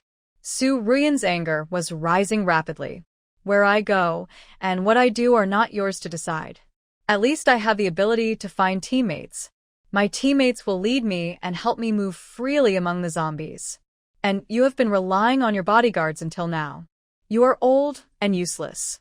You can't even lift a knife. Even if you want to move freely among the zombies, you can't do it. As Su Ruyan was looking down on him with unbridled contempt, Uncle Chu threw his head back and laughed out loud. He felt like Su Ruyan was telling a joke. Uncle Chu did not refute Su Ruyan, but nodded. Yes, you are right. You look down on me, and I look down on you. We are both burdens. So we are no longer of any value to this apocalypse. We are simply not suited to this apocalypse.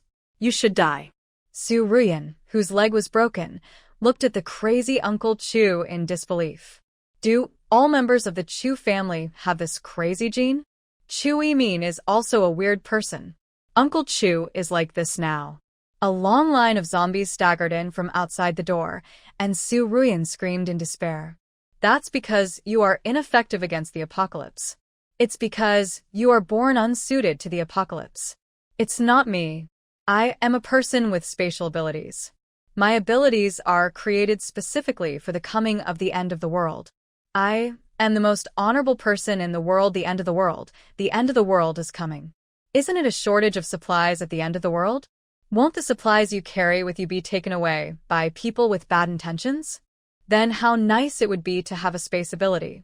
She would store the supplies in her space, and no one knew how much supplies Su Ruyan had hidden in her space. So, how could she not adapt to the end of the world? She was born to be there for the end of the world. No one gave Su Ruyan an answer, and Uncle Chu just smiled and let Su Ruyan dream. The first criterion for adapting to the end times is to hide your own arrogance and pride. Neither he nor Su Ruyan was able to do this. So they both deserved to die. Zombies had already swarmed into their room, countless hands reaching out to the two of them, sharp teeth tearing at their flesh. Uncle Chu's consciousness gradually became blurred, and the pain disappeared bit by bit.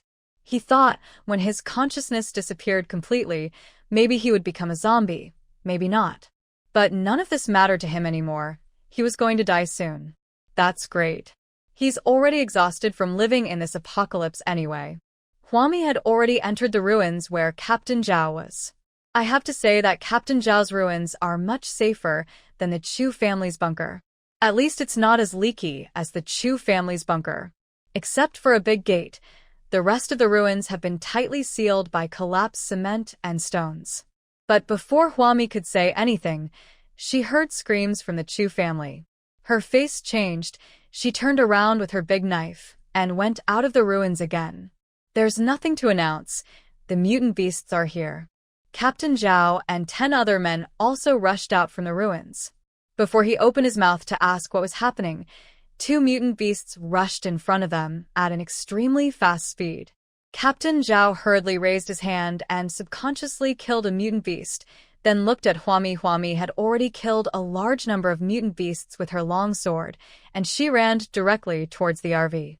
Captain, what are these things? Captain Zhao's teammates looked at him in panic, pointing at the 2 humanoid mutant beasts on the ground. Captain Zhao's face turned ugly. He had talked with the Chu family on the phone before and knew that a monster called Mutant Beast had appeared in the world again. I heard that the difference between these monsters and zombies is that once zombies die, they are dead, and their numbers will gradually decrease. Things like zombies can't reproduce in the apocalypse, but mutant beasts can reproduce. After Captain Zhao said this, his teammates asked anxiously, Captain, what should we do now? It seems like there are a lot of zombies coming again. The captain looked around and indeed felt that the situation around him was very dangerous. There were mutant beasts mixed in with the zombie tide, and some zombies were attacking the mutant beasts. Those zombies could briefly help Captain Zhao and his men block some mutant beasts, but they couldn't last long. Because behind a large group of zombies, Captain Zhao discovered a densely packed group of mutant beasts. He gritted his teeth, looked in the direction Huami ran, and immediately shook his head. Let's go, let's follow her. He took the lead and ran behind Huami with a knife in hand, like Huami's tail, all the way to the edge of the RV. Huami looked back and asked with a frown, Why are you following me? Go kill monsters. Looking towards the Chu family, there were about a dozen bodyguards rushing over. They saw the vacuum zone next to the RV. No matter how huge the zombies and mutant beasts were, they would not approach that RV. So, Is there any secret behind this RV? Everyone moved towards the RV, resulting in both the mutant beasts and the zombies constantly attacking the RV with the RV as the center. During this period, zombies and mutant beasts were still attacking each other. The scene was in chaos. Don't stay with me, kill them all. Hwami felt that those people who came here had not yet fully realized the seriousness of the problem. While killing zombies and mutant beasts, she looked around to find Gong Yi. And in the RV behind her, her brother's crying suddenly came out, and then her sister started crying too. The two little guys seemed to realize that the situation outside was very urgent. Their crying made Hwami feel heartbroken. Even though she knew that her brother and sister would not be in any danger as they stayed in the RV. But at times like this, when the child cries, the mother will feel particularly distressed. Hwami turned around and was about to enter the vacuum zone of the RV to coax the child. Captain Zhao stopped her. Wait. What are you going to do?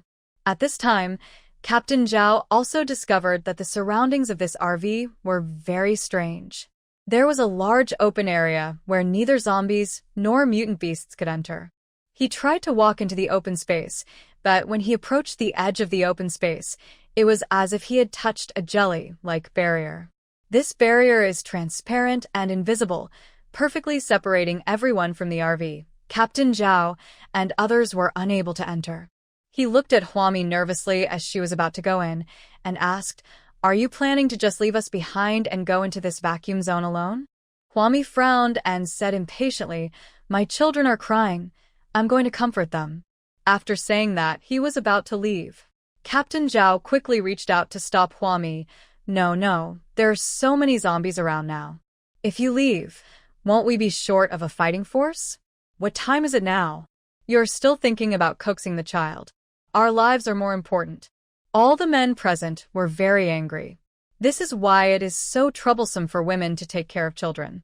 They simply cannot figure out what is the key and what is not. Hwami's face was cold. She looked Captain Zhao up and down carefully. "You are a weird person. My own children are crying. Can I comfort them? But we are going to die." Captain Zhao yelled at Hwami anxiously, "Your fighting ability is so strong. We can't hold on if you leave." Hwami raised her hand and pushed Captain Zhao, who was blocking her way, aside. She stepped into the vacuum zone and said, "Who cares about you? I have to go and comfort my child now. My child is the most important thing to me." Hwami already felt that she was very kind because she was able to inform the Chu family and Captain Zhao. Her brother and sister are crying now. What is her business is about other people's life or death. She can't just ignore her own children for the sake of others. Captain Zhao cursed loudly and pointed at Hwami's back as she entered the RV. He was so angry that he didn't know what to do. He can't enter this vacuum zone and beat Hwami up now. Besides, he can't beat Hwami. Captain Zhao could only pick up his knife and continue killing zombies with his teammates. After a while, a bodyguard from the Chu family came over and fought side by side with Captain Zhao. "The space ability user in your team is dead." Captain Zhao glanced at the bodyguard who said this. "What's the point of saying this now?" "She died because of you tortured her." Then the bodyguard said, "Before she died, she vomited all the supplies of your team. Do you think we should fight back and take these supplies out? We'll help you kill them."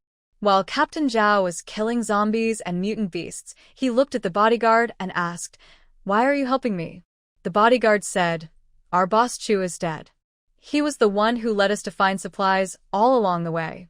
Now that he is dead, we have lost our source of supplies. So, I think we can work together." "How is it? You have less than 10 people there, and I have more than a dozen people here. Together we can be considered a strong team." Captain Zhao nodded without much hesitation. It was now clear that the people in the RV ignored them and didn't care whether they lived or died. Then, of course, they have to find supplies themselves. Anyway, the supplies that Su Ruyan vomited out were all found by Captain Zhao and his team in the zombie tide over the past few months. Now, it's just a matter of getting back our supplies. Just as Captain Zhao and his men stumbled their way to the Chu family shelter, there were only a pile of bones left in the bunker. All those who could be eaten have been eaten. This mutant beast eats more cleanly and efficiently than zombies, leaving no one alive. A group of people stood outside the bunker and slowly cleared a space. Although these mutant beasts are fast, if the rhythm is mastered, the survivors may be able to fight against them.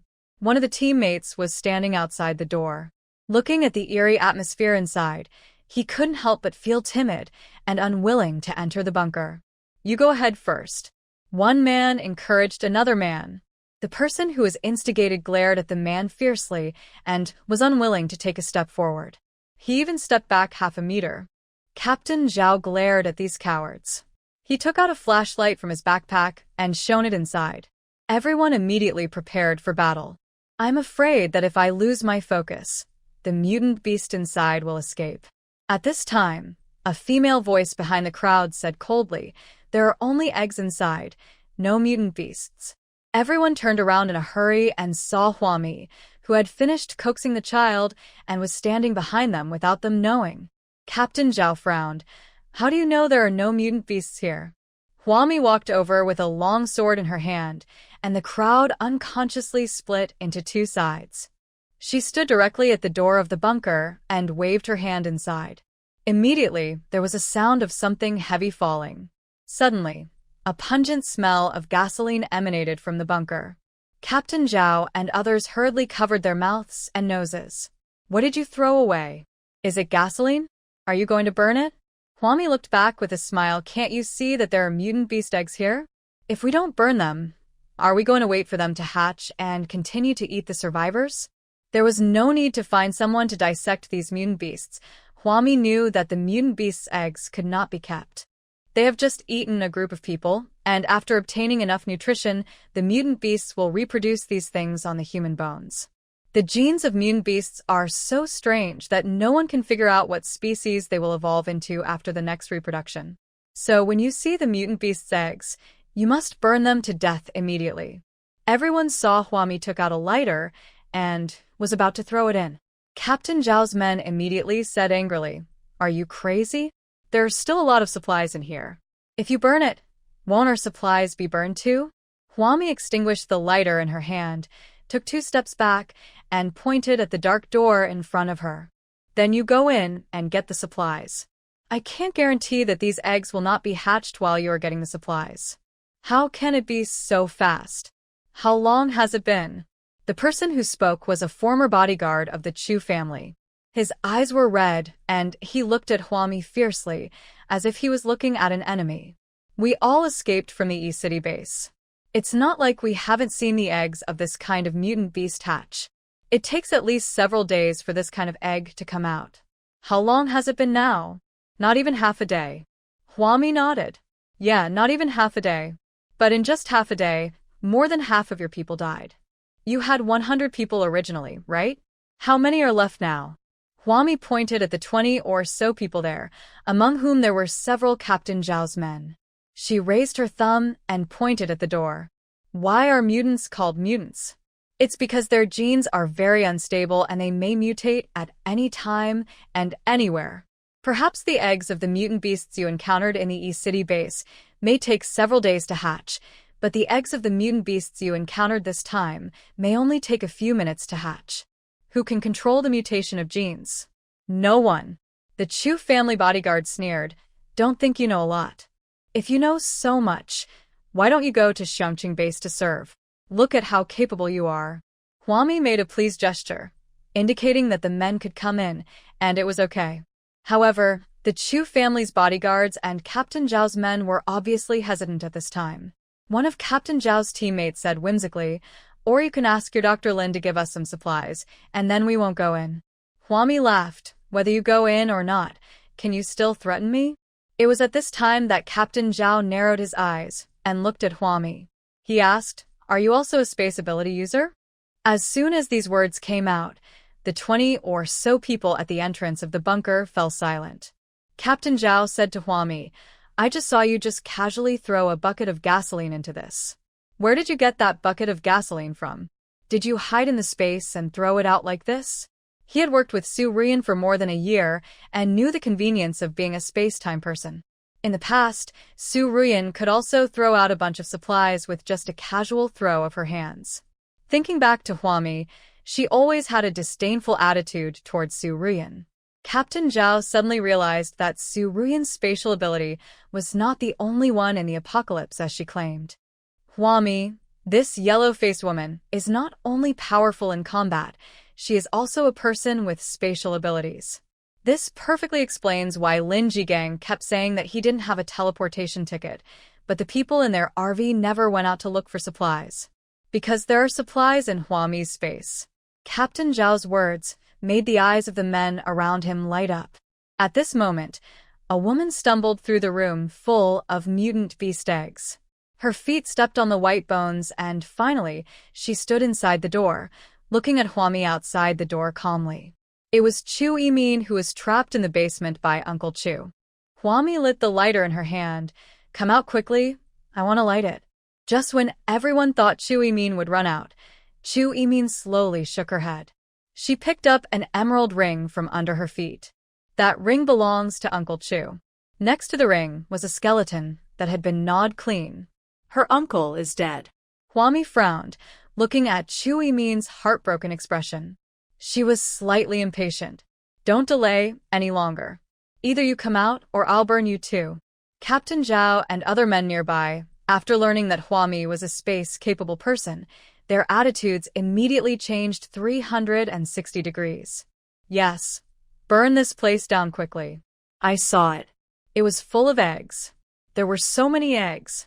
I don't know how many little mutant beasts will appear after these eggs hatch. Burn it now and leave this woman alone. The men outside the door no longer thought of going in to look for supplies. After they lost a space user with special abilities, Su Ruyan, they met another space user with special abilities. Moreover, this space ability user is more powerful than Su Ruyan, who is just a burden and only needs to be protected by the entire team. Captain Zhao and the others didn't need to discuss it. They decided in a minute that from now on, they would cling to Huami's thighs and live with her. Among them, the bodyguards of the Chu family were silent one by one, because they knew that this was the eldest daughter of the Chu family. To be honest, after the end of the world came, Uncle Chu was very kind to them. But at this time, none of them wanted to take the helpless eldest daughter of the Chu family with them, but they did not add insult to injury and instigate Huami to burn Chu Yimin to death quickly. Perhaps their silence at this moment is their greatest kindness at the moment. Huami glanced at Captain Zhao and the others and said nothing. She cast her gaze towards Chu Yiminyang, asking with a questioning look whether Chu Yimin could come out or not. Tears welled up in Chu Yimin's eyes, and at this moment, her eyes were no longer timid and cloudy as before. Instead, Huami felt that this was one of the few clear-headed moments in Chu Yimin's life. Huami, who was standing outside the door, frowned slightly and said to Chu Yimin, "I used to hate you, but there are many women like you in the apocalypse. Some people will die, but some people will choose nirvana and rebirth. If you are lucky enough and strong enough, you will live in a brand new world." Chu Yimin shed tears and shook her head slowly. "It's no longer possible. I'm too tired. I don't have the courage to live anymore." She suffered a lot while in Hu Yanxiang's hands. At that time she knew that she might not be able to return to the East City base alive to see her brother and the elders of the Chu family. Later she contacted Uncle Chu, who was her only relative, but now he is dead too. How could Chu Yimin live alone in the end times? She was not that strong. Look at those Chu family bodyguards outside, who is willing to bear her life in the end times. No one. Chu Yimin opened her arms, stood in the mutant beast's egg, and slowly opened her arms. She cried and said to Huami, "I finally remembered where I had seen you before. I know who you are." She knows. Maybe at the beginning, Chu Yimin didn't recognize Huamile. Just at the moment when she regained consciousness, Chu Yimin recognized the woman in front of her. She was the pregnant woman Huami whom she had wanted to get rid of. But what's the point of knowing now? Her uncle is dead. What should Chu Yimin do with this news? She can't be as good as other women and go up to Huami to curry favor with her. It was also impossible for her to have the strong fighting ability like others and rush forward to chop Huami to death. Chu Yimin can't do anything. She didn't even say what Hua-Mi's true identity was. Light the fire and give me a ride. Thank you. Chu Yimin slowly closed her eyes with a smile on her face. It seemed that as long as Hua-Mi dropped the lighter in her hand, she would be able to go back to the time before the end of the world, back to when she was still the eldest daughter of the Chu family. She is still arrogant and domineering, still spoiled and naive. She has parents, brothers, and uncles who hold her in the palm of their hands and love her. She grew up in East City, where the Chu family was like a local tyrant. There she has classmates, relatives, people who love her, and people she loves. Hua-Mi threw the lighter into the mutant's nest with an expressionless face. The flames instantly turned into a raging fire. Chu Yimin's face was filled with an innocent smile, and there was fire burning in her. Captain Zhao was watching with fear and trembling. He asked Hua-Mi, "Why didn't you rescue her?" Hua-Mi glanced at Captain Zhao. For a woman who has completely lost the will to live in the apocalypse, her fate will be miserable. Perhaps letting Chu Yimin's life end here might be the best arrangement for her. It's better than Chu Yimin walking around in the end times with no hope and being abused by men like Captain Zhao. After burning the skeletons and mutant beast eggs, Hua-Mi turned around and walked towards the RV, without looking back. Captain Zhao winked at his teammates, and they followed Hua-Mi. Captain Zhao spoke to Hua-Mi in the same gentle tone he used to Su Rian. "What's wrong with you? Are you unhappy? If you are unhappy, we apologize to you. We underestimated you, and said a lot of things that made you angry. Isn't it because we didn't understand each other before? From now on, we will live together in this place, take care of each other, and live together, okay?" Hua-Mi ignored Captain Zhao. Just as she was about to enter the vacuum zone beside the RV, Captain Zhao reached out and stopped Hua-Mi. "Don't do this. I've already said that it was our fault before. We did something wrong. It's been a long time since this happened, and we've been through so much together. Why don't we put aside all the past grudges and form a team? Look, we have so many people here, and you also have spatial abilities, so you can help us bring goods in the future." Hua-Mi in front stopped and couldn't help but smile. She suddenly turned around and looked at Captain Zhao with a cold face. "I dare not carry your goods, and I am not interested in helping you carry the goods. Since you know that I am a space power user, then you should also know that there must be a lot of people with space power in this end times. I advise you, if you can survive, go find someone else, don't mess with me." Her ignorance of the current situation made Captain Zhao and others feel very annoyed. Comparing it this way, it is still easier to control someone with spatial abilities like Su Rian. After all, Su Rian has no fighting ability, so if she is coaxed a little, she will follow them. Hua-Mi's fighting power is too high, and she cannot be taken away by just any man who coaxes or flatters her. It was at this time that a Chu family bodyguard behind Captain Zhao hit Hua-Mi on the back of the head with a stick. Before Captain Zhao and others could react, the Chu family's bodyguards surrounded Hua-Mi with familiarity. They didn't say a word and attacked Hua-Mi directly. Captain Zhao asked the people of the Chu family in surprise, "What are you doing?" The Chu family's bodyguard attacked Hua-Mi while answering Captain Zhao, "Isn't it easy to control a space mutant? Just break her legs and tie her up. She will be our mobile warehouse." When people reach this point, they are particularly prone to going to extremes. Hua-Mi avoided their attacks one by one. Before they launched the second wave of attack, Hua-Mi picked up his long knife and chopped a few times, chopping the people of the Chu family into several pieces. Their number was already small to begin with, barely 20 or so people, and several of them were killed by Hua-Mi. Now there are only about 10 people left. Hua-Mi stabbed the bloody long knife to the ground. She put her other hand on her waist and said to Captain Zhao like a female demon, "I wonder how long you guys are going to continue fighting among yourselves. It doesn't matter, just come on. I'll kill as many of you as you can and see if I can kill you all." "What are you talking about?" "Haha, we are all family members." Captain Zhao forced a smile on his face as he looked at a large group of zombies staggering towards him from the distance. Captain Zhao said nice things to Hua-Mi with a shameless face. "We didn't think about anything, it was just a personal thing. At least I just wanted to make peace with you wholeheartedly. Before Captain Zhao could finish his words, Hua-Mi turned around and walked into the vacuum zone. Looking at her resolute back, Captain Zhao spat on the ground. She's so hard to deal with. How can there be such a difficult woman? Of all the women Captain Zhao knows, Huami is the most difficult to please. A teammate behind him asked, Captain, what should we do now? Captain Zhao said, what else can we do? We still have to find a place to hide. He raised his head and looked around. There was no other place to hide except the ruins where they had been before. So Captain Zhao called out and led his men back to their own ruins. One of his teammates asked him, Captain, why don't we leave here? We will die if we stay here. While we still have enough manpower, why don't we head towards Xiangqing? I see that there are more and more mutant beasts, and those zombies also want to eat mutant beasts. Zombies can help us resist some of the mutant beasts. This way we can get out of this smoothly. Captain Zhao glanced at the teammate who said this, and pointed his mouth in the direction of the RV. Everyone in this RV is from a prominent family. Are you willing to let such an opportunity that can obviously make us successful slip away from us?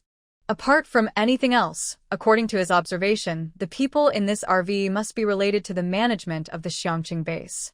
Captain Zhao raised his hand to call the rest of the team and began to make plans. From today on, we will be like this RV is dead. It doesn't matter if they don't care about our supplies. We can find supplies somewhere else ourselves. Everyone persevere through this difficult period, and I believe that better days will come for us. Captain Zhao is very good at making promises to others, and his words made everyone feel excited. Everyone nodded. Now they had also figured out some of the mutant beast's weaknesses. Coupled with the endorsement of the Chu family bodyguards, I believe it will not be difficult for them to survive in this area. Some people immediately organized themselves to reinforce the ruins, and some went out to look for supplies. This is a very exciting realization. Mutated animals are alive, their blood is hot, and they have heartbeats. Such creatures will become targets of zombies. So there are constantly more zombies being attracted by this tide of mutated beasts. On the contrary, there were not many zombies, and people's attention was paid to Captain Zhao, who went out to look for supplies. Captain Zhao's men carried the supplies back and looked at Captain Zhao, who was standing by the window and looking at the RV through the gap. Someone stepped forward and asked, Captain Zhao, what are they doing? Captain Zhao raised his finger and made a hushed gesture to his lips. He whispered, I've been observing the people in this RV for several days. They found some researchers from somewhere and set up a medical tent next to the house. Another teammate immediately said, I saw them bring several mutant beasts into the tent yesterday. Who are these people? Under their white coats, those researchers are wearing garrison uniforms. Someone shouted loudly. Everyone looked towards the man. The man who was shouting stood up straight and said seriously, I'm not mistaken. I used to be a garrison soldier, but I retired later. Captain Zhao frowned, puzzled. It seemed that the people in this RV were becoming more and more powerful. Even their identities may be much greater than they imagined. Now the people in the RV are actually related to the garrison. And from the looks of it, the location where their RV is parked seems to be a teleportation point. Captain Zhao pointed at the RV outside the gap and said, Look at those researchers. They just appeared out of nowhere. If they didn't have the transfer ticket, how did they get out? Captain Zhao said with certainty, That's right, the people in this RV know where the teleportation point is in the apocalypse. Isn't it rumored that there are many teleportation points in this apocalypse? It's just that these teleportation points need to be discovered one by the survivors. Captain Zhao shook his head and sighed. If he had known that the people in this RV were so powerful, he should have been more polite to each of them. Even if he tried his best and pretended to protect that shrew and the two children, it was better than being excluded by the people in the RV. Captain Zhao sighed with regret. Just after the researchers in the medical tent dissected the first mutant beast, the dissection process of the first mutant beast was immediately published in the garrison internal reference. And the characteristics of the mutant beasts were introduced in detail. The garrison internal reference is a good thing nowadays. Not only are the survivors in Xiangqing scrambling for it, but even the survivors outside Xiangqing want it. Every time the survivors outside Xiangqing got the garrison internal reference, they would try their best to copy the contents. If they didn't have a photocopier, they would copy it by hand. Then they circulated the handwritten copies of the garrison internal reference to each other. The contents of each garrison internal reference book are the essence. If you just pick out a small paragraph and memorize it, you can put it into practice in the end times and even save lives. Soon, Captain Zhao received a new batch of internal photos of the survivors in the oasis on his mobile phone.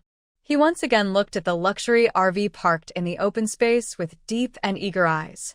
A teammate whispered, "Did you see that? They're starting to put up the electric fence here again."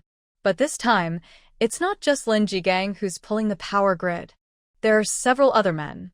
The men were fully armed and were moving the electric nets in their hands out bit by bit. They even had a giant truck that was parked next to the RV. Captain Zhao decided to try to contact the person on the other side. There are only a dozen people left here. Even if they don't go back to the oasis, they have to cling to the people in the RV. At this time, Lin Jigang, who was building a power grid, received a call. He didn't take it seriously at first and just picked up the phone casually. Just after he said hello, a familiar voice came from the phone, "Jigang." Hearing this, Lin Jigang stood still, tears streaming down his face, and choked up as he said, "Dad. Are you okay? Dad?" "I cough, I'm fine. Don't worry, I'm fine." Lin Xia's voice was filled with vicissitudes of life and deep worry. He repeatedly said that he was fine, but Lin Jigang's brows were getting tighter and tighter. Then, a muffled groan came from Lin Xia on the other end of the phone. Lin Jigang asked anxiously, "Dad, what's wrong with you?" No one answered him, but Lin Jigang heard it clearly, as if there were sounds of fists and kicks hitting someone. He yelled madly into the phone, "Dad, who is hitting you? Is it Chun-Hu? Chun-Hu, you rascals, don't hit my dad, do you hear me? Chun-Hu, don't hit my dad." He shouted loudly, and his voice attracted everyone around him. Huami was originally in the RV with her child, but was attracted out by Lin Jigang's movements. Several workers who were pulling electric wires nearby looked at Huami, their eyes filled with helplessness. Huami raised her hand and asked everyone to do their own thing. She walked to Lin Jigang's side, reached out to take Lin Jigang's mobile phone, and listened to the movements on the phone. Lin Jigang collapsed, holding his head with his hands and squatting on the ground. He used this curled-up posture to fight against the anxiety and pain in his heart. Who can remain calm when hearing their father being beaten and abused? Huami also understands Lin Jigang's feelings. She patted Lin Jigang on the shoulder and then heard Chun-Hu's voice from the phone. Chun-Hu's voice was very sinister and even revealed a hint of joy. He asked Lin Jigang, "I haven't contacted you for such a long time. Do you miss me a lot?" Lin Jigang didn't say anything. He grabbed his hair with both hands and pulled it hard. When he raised his head again, Lin Ji's eyes were red. "Chun-Hu, what do you want? What do you want? It's not like I didn't listen to you. I've been waiting for you here. It's you who didn't come." Chun-Hu laughed. "I can't get to the place you mentioned. It's full of dangers. You don't want me to pick up the child at all. Your purpose is actually to let me die in the zombie and mutant tides, right?"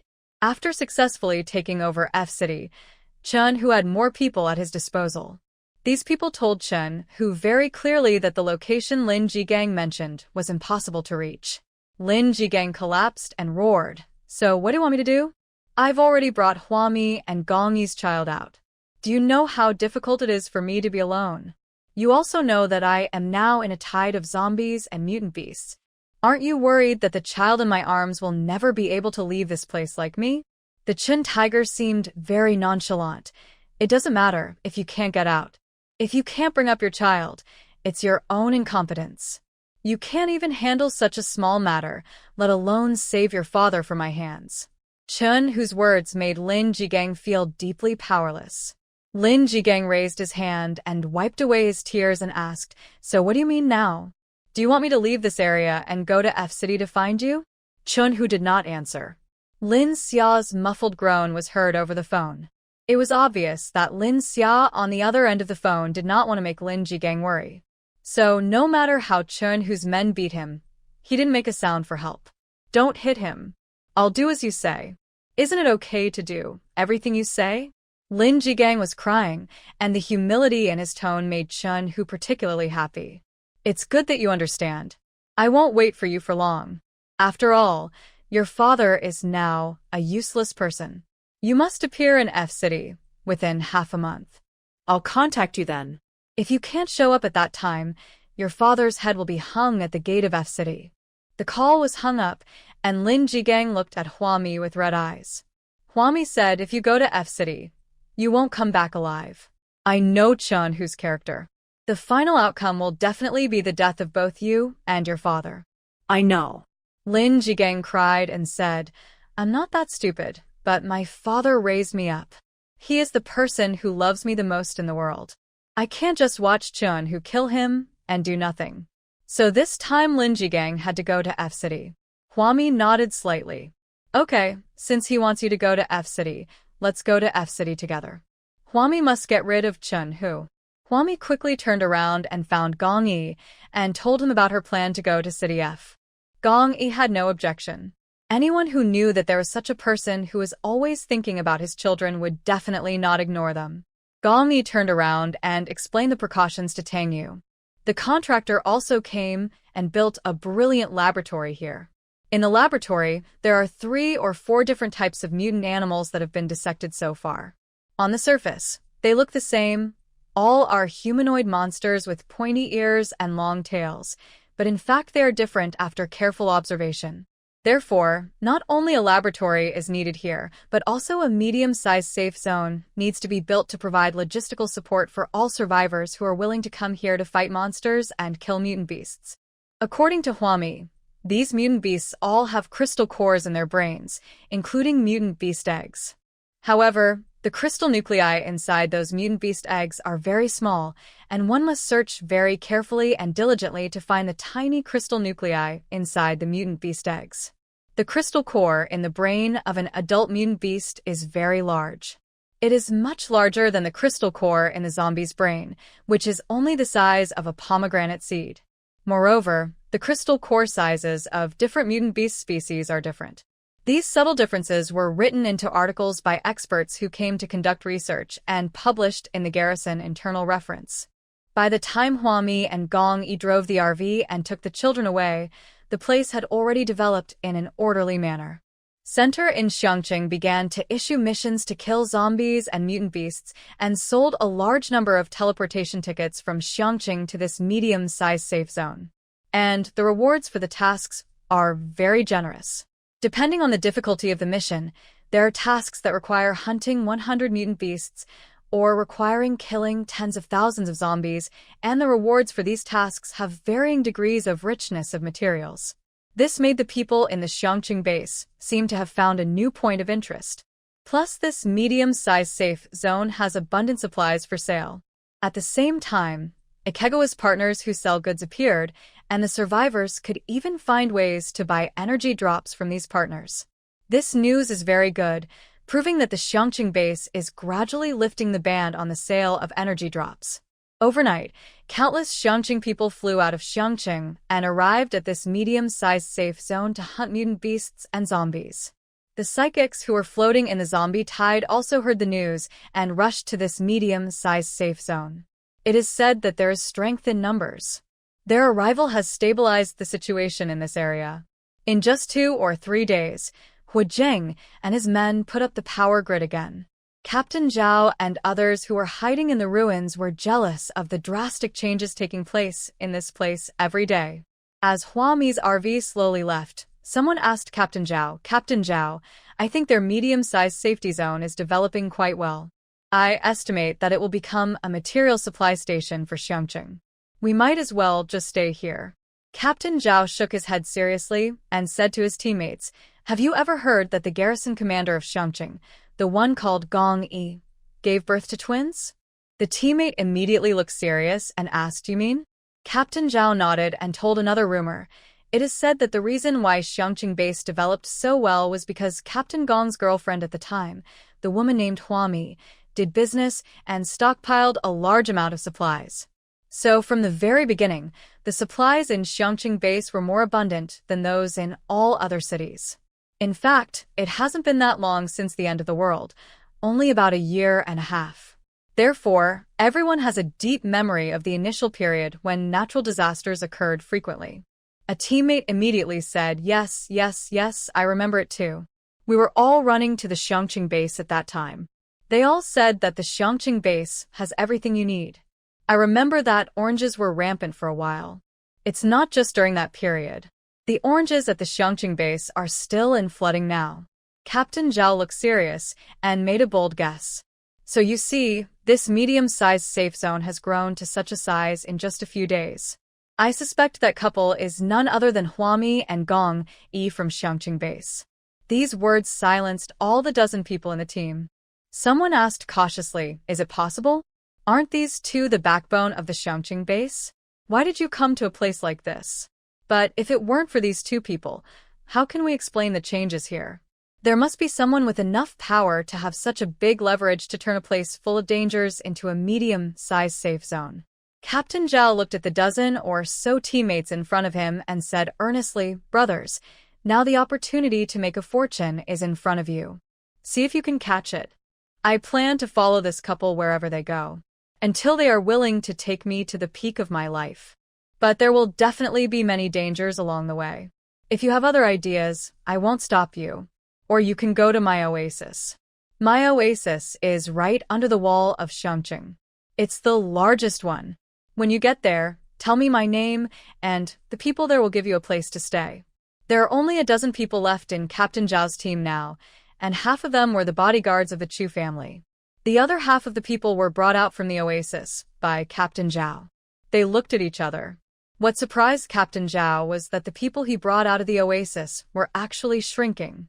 "Captain, we won't follow you to such a far place to take risks. Let's go back to the oasis." "Yes, my wife and children are still in the oasis. They are waiting for me to bring back supplies." The bodyguards from the Chu family said to Captain Zhao with a firm face, "We will go with you. This opportunity to curry favor with someone is rare. Anyway, we all escaped death in East City, and there is no one waiting for us to return. Maybe if we get on top of someone powerful, we'll become one of the most important figures in this apocalypse. A man without the ties of family is no different from a gambler." Captain Zhao nodded, put on his supply backpack, took the Chu family's bodyguards, and followed Huami's RV. Gong Yi was sitting in the RV, holding his sister in his arms. While making his sister laugh, he said to Huami beside him, "The Zhao guys are following us." Huami raised her eyelids and said, "Don't worry about them. They have their own legs. If they want to jump to their death, who can stop them?" Captain Zhao and his men died for money, just like birds died for food. This is the fate of Captain Zhao and his men. Lin Jigang was driving the RV, pursed his lips, and had no intention of talking. He just wanted to get to City F as soon as possible and rescue his father. The RV drove forward and soon came out of the border between the zombie tide and the mutant beast tide. Going further towards City F, it was obvious that there were fewer and fewer zombies and more fast-moving mutant beasts. Huami hugged her brother and opened the privacy curtain of the RV beside her. Looking at the mutant beasts outside the window that kept charging at the RV, she pointed at the humanoid monsters outside the window and said to her brother, "These monsters are not human. They are very dangerous. When we see this kind of monster, we must destroy it." My brother opened his big round eyes, blew bubbles from his little mouth, had a stern face, and looked out the window very seriously. I don't know if he understood it or not. This little guy is simply a smaller version of Gong Yi. Huami couldn't help but burst out laughing. She held her brother in her arms and gave him to Gong Yi. "Let me hug my sister. You hug my brother first." Gong Yi pointed to the small bed beside Huami and held his sister tightly, refusing to let go.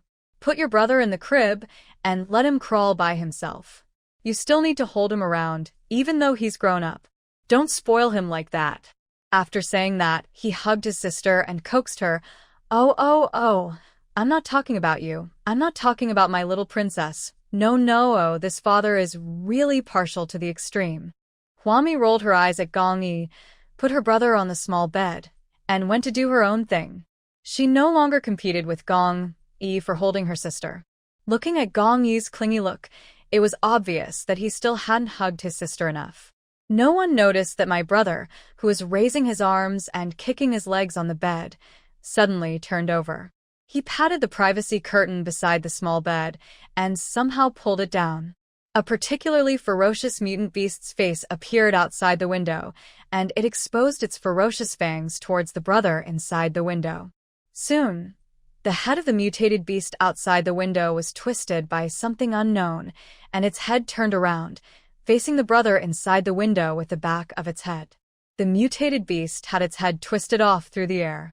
My brother, who has always been known as an iceberg baby, couldn't help but laugh when he saw such a fun toy, making a gurgling sound. Huami, who was preparing to make an apple pie in the small kitchen, looked back at her brother on the crib in surprise. She asked Gong Yi, "Did my brother laugh just now?" It seemed that Huami had never seen her brother smile since she gave birth to him. Gong Yi, who was holding his sister, was also a little surprised. He walked over and glanced at his brother, lying on the bed. His brother raised his pretty little face again, and his pair of round eyes like black grapes were staring at the mutant beast outside the window. "What's so good about this?" Gong Yi placed his sister next to his brother. He patted the two children's butts and stayed beside them, letting them play. He concentrated his mental energy on clearing out the mutant beasts that swarmed around the house. The three of them divided the work and cooperated with each other. While Huami was cooking, Lin Jigang only needed to drive the car and take everyone in the car towards F City.